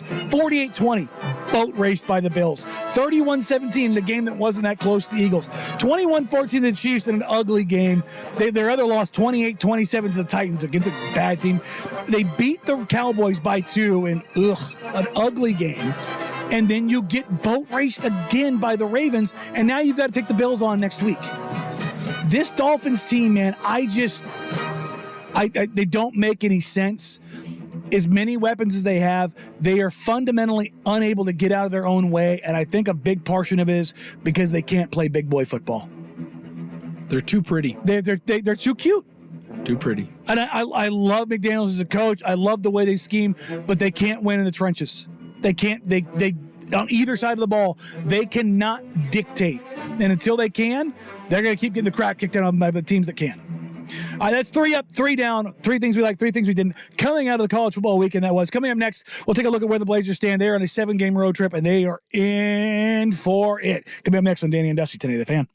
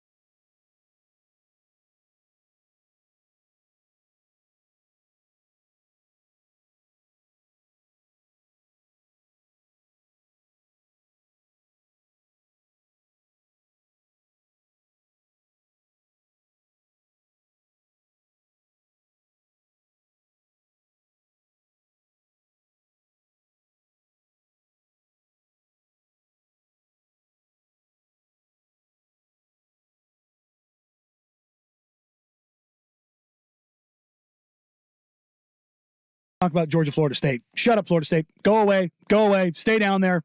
Be quiet. You're done. 63-3. That wasn't the yardage difference on the ground. That's the score. That's the score difference. Georgia put up 63. Florida State put up 3. There's no level of Jordan Travis that saves that. But Danny, there were 22 other opt-outs or guys who weren't playing for other reasons. I don't care. But Danny, Jordan Travis being healthy does not stop that. Obviously. Look, here's the thing. Florida State fans are going to complain because people are going to give in and listen. I mean, Danny Cannell might be the most annoying Twitter follow right now on the planet. Because instantly, well, the 2 undefeated teams that won their conference, they're the ones who are still alive. Must be a pretty big, important thing. Must be this, must be that. Florida State got exactly what they wanted. Because even if Jordan Travis stays healthy and they go into the playoff and no one opts out, I don't think that they're better than UW. I don't think that they're better than Michigan. There could be an argument on if they would have been better than Alabama or if they would have been better than Texas. I don't think that they were better than Georgia if everyone played in that game. But this is exactly what they want, because for the rest of their lives, Florida State fans are going to be able to say that it was stolen from us. We would have went and we would have won it all if our quarterback doesn't get hurt. And even if our quarterback does get hurt, if you put us in there, all those other guys don't opt out. Look at Cordell Jones. He was able to win the whole thing with Ohio State. He was a 3rd string quarterback. This is what Florida State wants. They want to be able to say that it was stolen from us, that we are the victims in this situation, because they know the truth. If they would have actually played these games, they don't win. It sucks that you got left out, but you aren't one of the top 4 teams. No, and the Georgia Bulldogs ran the ball 47 times for 372 yards. I mean, Georgia would have beat them probably by 14-21 with everyone in that game. I would have said 28. Well, to be fair, they are missing a lot of key that's fine. defensive players. That's fine. It would not have been as egregious. It would have been an absolute slacking. Georgia would have been beat an absolute slacking. I think even with Jordan Travis, they would not have been a top 4 team this year. Now, that being said, if Jordan Travis stayed healthy, then yes, I would say that they deserve to be in the They would have gone in to playoff. play Michigan in the end and been a sacrificial lamb. They would have gotten dumpstered. Right. Like, 2 things can I'm be talking true. about everybody there, Jordan Travis there. It's just, Exactly. they would have gotten dumpstered. Exactly. 2 things can be true. Did they do everything that they needed to do to get in? Yes. Yes. Were they Did one of the best college teams? football playoff make the right decision by excluding them? Yes. It is Couldn't what agree it is. So, all right, coming up next, we will dive into the Portland Trailblazers. They are embarking on a 7-game, 15-day road trip. 15-day road trip. 15. And they only play 1 game against the Brooklyn Nets, against a team under 500. What have we learned over the last couple of weeks about the Portland Trailblazers, and what will we learn on this road trip? But first, here's Big Will Betts with the Sports Center Update.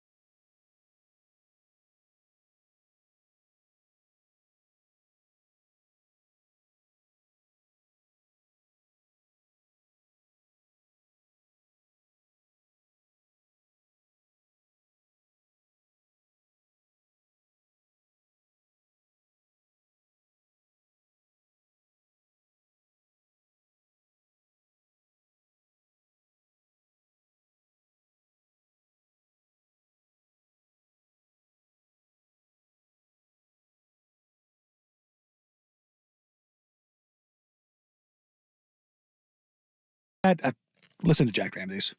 Which, if you want, Sprague and I will be doing a live show tonight. So we'll take your questions there as well. But what you are starting to see is one Scoot Sterling Henderson start to put it together ever so slightly. After starting out poorly, and poorly is putting it mildly, Scoot is starting to figure some stuff out. And just talking to him, you can see it in his eyes. You can see it in how, just talking to him both on and off record, he's getting more comfortable. And I'll just say this. The first month of the season, first 6 weeks of the season, you could tell it was weighing on him. I don't care what he says. You could see it on his face. You could see it in his body language. You could see that he's trying to put the strong face forward. One of the things that I hope that happens with Scoot is not only the physical development and like getting better at the game, but understanding that it's okay that stuff doesn't go right, because it doesn't go right for everyone the rookie year. LeBron James shot under 42% from the field as a rookie, had over 3 turnovers a game. Now, granted, LeBron James was also still really good. Really good. LeBron James finishes his rookie season averaging 21, 6, and 6, if I remember right. Yeah, 21, 6, and 6. Okay. Luka Doncic, 21, 6, and 8. Scoot Henderson right now on the season is averaging 12, 5, and 3. But what's been important is what you saw in the month of December, which has now come to a close. In the month of December, taking a look at where Scoot stands, 15 points, 5 assists, 3 rebounds, shooting 39% from the field, 35% from 3, 86% from the line. The 39% from the field hurts because the 2-point percentage stuff has still been problematic. He's still trying to figure out how to finish around the rim. He is not, if you look at the 2-point percentage for guys like LeBron and Luka, who are 6'8" and 6'9" respectively, LeBron finished 44%, Luka finished 50%. Good God. That's disgusting. Scoot is currently at 41.2. But if you take a look at where guys have been, this is the list of teenage guards in the history of NBA. Okay. Scoot right now at his 2-point percentage is, let's see, where'd he go? He's towards the bottom, unfortunately. That's to be expected. Scrolling. Hold on. It resorted it again. Scoot is 47th of 66. So bottom third. Quite literally bottom third, 22, 22, 22. Okay. He is bottom third. But what you are starting to see is that uptick in percentage overall. He's learning how, particularly the big thing has been large white men, the Jokic's, the Zubac's, the Nurkic's of the world, guys whose last name ended in C, also Walker Kessler, have gobbled him up at the rim. He just hasn't known what to do with these enormous human beings. You saw it the other night against Phoenix where he was like, I don't know, this guy's kind of big. You saw it against Wembanyama. For sure. The obscene length bothering the 6'2", 6'3" guard. But you see him understanding things better, how to set things up, how to get to where he needs to get to a shot that makes more sense for him. He's more under control and in balance on his off-the-dribble threes. His catch-and-shoot threes are starting to look very solid. And while that is not going to translate to wins and losses, because I will say it again, rookie point guards suck. I've been beating that drum endlessly, not as a way to be right, but the data backs it up. I will again say Kyrie Irving, LaMelo Ball, Stephon Marbury. They are the only 3 teenage rookie guards to ever average more than 15 and 5. That's it. That's the list. And that excludes LeBron and Luka because they're not guards. They're 6'8" freaks. They're different. They're in a different stratosphere. But everybody else, that's what you get. There is just a lot of struggle. So the D'Angelo Russells, the Zach LaVines, the Bradley Beals. As a point of reference, Bradley Beal, 14, 3, and 4. And he shot 42% from the field. in his rookie year. And Scoot's at what, 12 right now? 12-5? 12-4? 13. 13? 13-4? 13-5. I feel pretty good about that. And that's the thing is the thing that it's, again, this is not to toot my own horn. The number that I said this year was that Scoot would average, if things went the way I expected, he would average 13-5. This is what I expected, was 13-5. And if things changed, it would be the playmaking, that he would average 13-7. Now, what you've seen here over the last couple games with Sharp out, with Ant out, is that his scoring is upped a little bit more. 17 here, 21 there. Over the weekend, he did have the second game against the Spurs on Friday night. He had his best game of his career. Just absolutely phenomenal. He had a pass to Matisse Thybulle that you finally saw that flash of, oh, there's the creativity. And I asked him after the game if he has felt like he's getting more comfortable to the point where he feels like he can show his creation. Because that's the thing. That's what everybody asks me, what's different about him? Like, what makes him the number 3 pick? Why was everybody talking about, he's a generational guy. He'd go number 1 in other drafts. It's the creation. There's probably only 10, 12 guys in the league who have elite creation tools. And I don't mean off the bounce. I mean the ability to set other people up, to pass with either hand on the move, to as much as anybody has a Kyrie Irving dribbling package, there's a passing package. We don't talk about it the same because we don't see it. We don't understand it. It's not as easily readable in real time. Hezzy, tween, we can see that. When you see a nice pass, when you see Jokic throw an incredible pass, you just go, oh, it's an incredible pass. What you don't understand is the skill involved with that, the size of the hands, the ability to control the ball, to bring a live dribble up and throw a one-handed pass, hook pass across court, not only to make the pass, but to get it there on time and have it be in the right spot. I was talking to a general manager over the weekend about tracking in the NBA, and this kind of correlates with the NFL. In the NFL, there's tracking data, in college football too. There's tracking data available that tells you where a quarterback puts the ball. There's a cross section. It looks like a target, a vertical line with a horizontal line going through the middle of it. Okay, and with that they say, okay, how often is a quarterback putting the ball on the numbers? And the same thing for wide receivers. How good is a wide receiver catching outside the numbers? Right. That tracking data does not exist in the NBA. How good a passer is, a guy who can put a ball on the run exactly where it needs to be. And there's a line from Steve Nash that a scout told me once that I thought was, this is 10 years ago, and it will always stick with me. Whenever Steve Nash got a new player, he would ask them where they liked the ball. And they'd say, I like it offhand to the right, offhand to the left, middle of my chest, down low, up high, whatever it was. Right. And Nash would work with them and get them opportunity, and he'd watch them. And then he would go, how about this? And he'd fire the ball where he thought it needed to be. And he was such a good passer, and he could read guys so well that he got to the point where he could tell people where they actually wanted the ball. Because some guys just don't actually, they think they know. Right. Steve Nash could be like, no, I can see where you actually need the ball.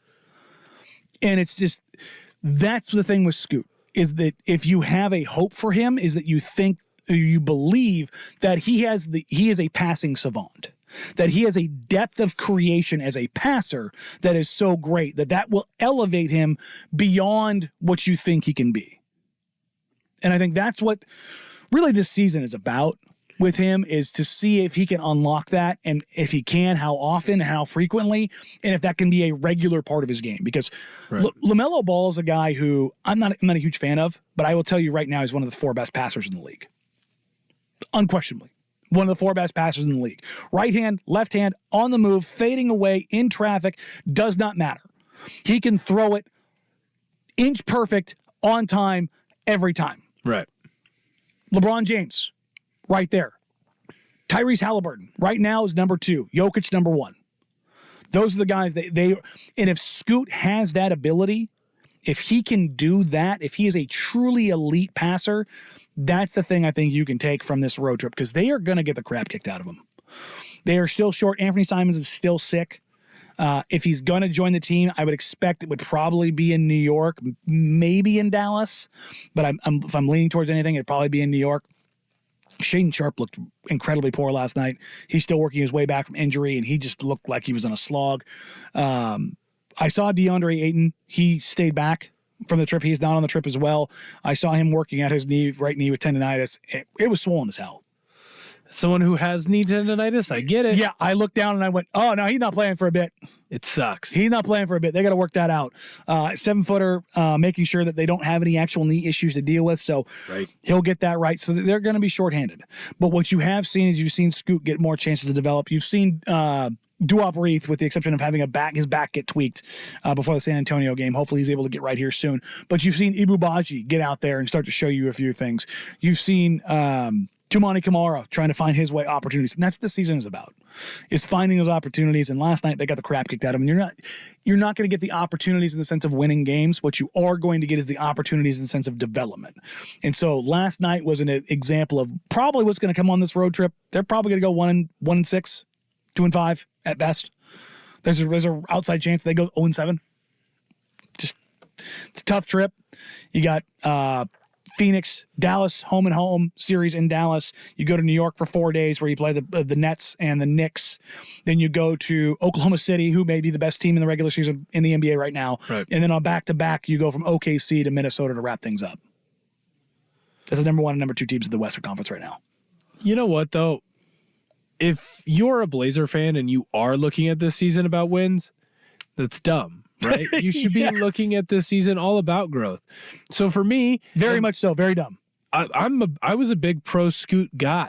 I really felt like you had to pick a lane, and when you get an opportunity like that, go with the young guy. You know, you did everything you could for Dame. Go give him. You put him in a spot where he has a chance to actually win a title, because it wasn't going to come here in Portland. So this year should be about the growth of a guy like Scoot, and I like what I'm seeing so far. And I get it. He struggled early, and he's going to struggle at different points in the season, much like young quarterbacks in college, Quinn Ewers and Jaden Milroe, right? You have these flashes of greatness, and then you're going to have flashes of, oh my God, that guy is horrific right now. What's going on? So for me, Scoot, I want him to play as much as possible, and I want him to play in a bunch of different spots as much as possible. Have him start sometimes. Have him come off the bench sometimes. Have him play with a bunch of different guys. Let him learn how to be a pro. Let him go through the ups and downs. And I feel like with the mentality that he has, he's going to figure out how to have more ups than downs. It's going to be interesting. Hold in, buckle up, do all the things. When we come back, 2 polls we posted earlier today. Are you pro New Year's resolutions? And who wins the national championship? With a little parentheses, be honest, Duck fans. I know it hurts. We'll get to those as we wrap up today's show here on Danny and Dusty, Today the Fan.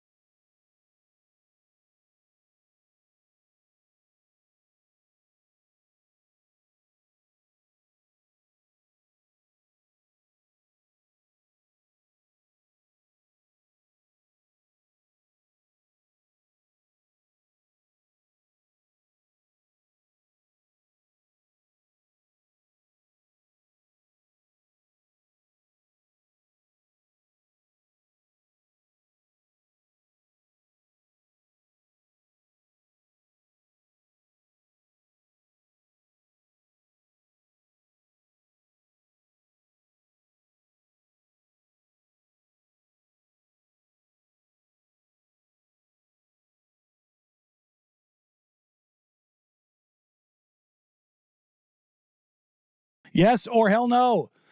64% of you said hell no. 36% of you said yes. I'm interested. Vancouver Ford text line. What are your resolutions for those of you who did? Is there anything outside the normal? None. I don't have resolutions. Okay. I think resolutions are, it's like publicly grieving, or like, like, oh, look at what I'm doing. I'm just anti. I'm anti it. That's fair. That's fair. It makes me a piece of garbage. I understand that. But it's a resolution. Just do it. And then people will notice on the back end. Like, I didn't tweet out, like, I'm not going to be 315 pounds anymore. I just lost the weight. There you go. People will come up and be like, hey, man, you look good. And I think that means more than, someone going on Twitter and being like, my New Year's resolution is to read more books. Like, I do need to do that. I got a lot of books for Christmas. I have books that I need to read too, but I'm not going to tweet about it. You were elected to lead, not to read. Please tell me you got that. It rhymed. Oh, Christ almighty. What's it from? The Tombstone? Simpsons. The Simpsons. The Simpsons? I've watched The Simpsons. I love The Simpsons. Really? Yeah, I don't know how many episodes of the show I've watched, but I've watched a lot of clips. That's a tough one. And the movie's funny. That's a tough one. Sorry, man. I don't like it. All right.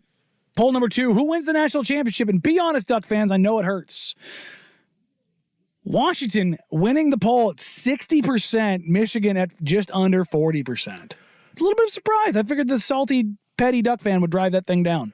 I think that it has more to do with UW's offensive firepower and what we saw out of Michigan offensively.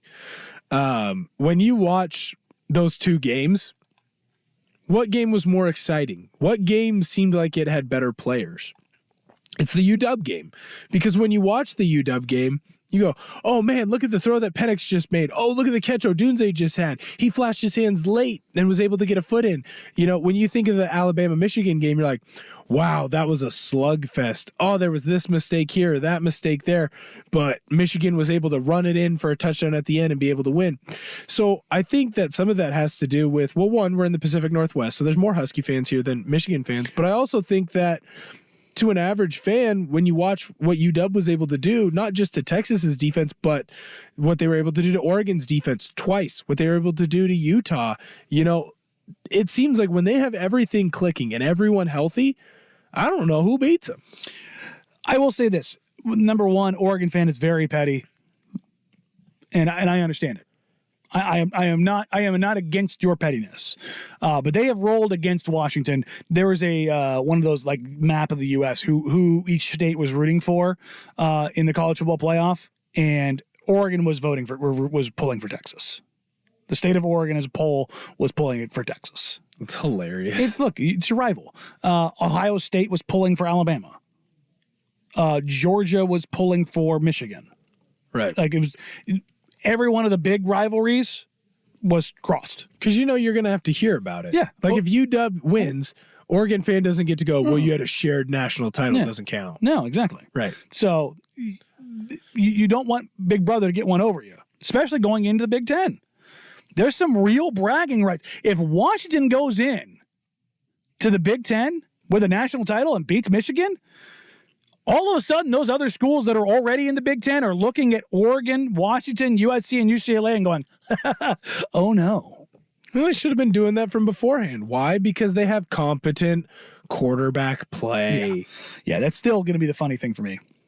Because you're finally going to get it. All four schools are going to come up with new quarterbacks, and they're going to have 4 of the 6 best quarterbacks in the conference. Yeah, probably. Right out of the gate. Who's sticking around? Like, Ohio State might have somebody. They might. Does McCarthy stay another year? No, I don't think so. If he legitimately gets a first 2-day grade, well, he might be. If he gets a first 2-day grade, yeah, you just go. He's older than a lot of people think too. But you've got Aller at Penn State, who some people like. Yeah, here's my issues with Aller. It's the same issues that we just complained about with Ewers and with Milroe. He has moments of, wow, there's some greatness there. And then he has a lot of moments where it's like, wow, he's really young. How do you make that mistake? How do you miss that open receiver? How do you leave that ball high there and get it picked off? And then the other thing is, like we talked about it, with the Big Ten, and we'll talk about it ad nauseum with the Big Ten, but you have two good teams. You have three. You have Penn State, you have Michigan, and you have Ohio State. So Aller had to go up against two good teams. Both of the times he had to go up against the good teams with good defenses, he looked horrific. He was not good. He had a lot of mistakes. Now, can he get better? Of course. People get better as they age. At least that's what I keep telling myself. So he has opportunities to improve on what he was, and he has a whole offseason to do it. But James Franklin has never proven that he can create that elite quarterback. And the mistakes that Aller made at times, I don't know if you get enough opportunities to fix those. The only good defense he looked okay against was Iowa, and that was more because they ran the ball. On the Vancouver Vortex line, Washington almost couged it last night. That would have been a fitting way to go out, though. Would have been a fitting way for the Pac-12 to go out. Instead, the Pac-12 lives to fight on another day. George Kliavkoff on the sidelines for the game last night. I imagine he'll be there for the national championship to somehow claim some sort of relevancy as the Pac-12 fizzles away. Thanks for joining us today, everybody. We appreciate you. We love you. Souk back in, coming up here on Primetime. Is Isaac back, right? I believe Isaac is back. Real quick, though. Yes. The great Deb Ortner is on your side with Tombstone. Hey, see? She knows greatness. I'm impartial. Kurt Russell is the best character in my favorite movie. It is Val Kilmer. I said impartial. I meant biased. I'm biased. Love Kurt Russell. He's the my favorite character in my favorite movie of all time. He's Herb Brooks in Miracle. I will always lean towards Kurt. That's fair. But Deb Ortner's on your side, Danny. Yeah, it's because she's a smart woman. Smart woman right there. Great woman. That Deb Ortner. Thank you all for being here. We appreciate you. We love you. Coming up next, it's Primetime with Isaac and Souk. The boys are back in town. We will catch you tomorrow.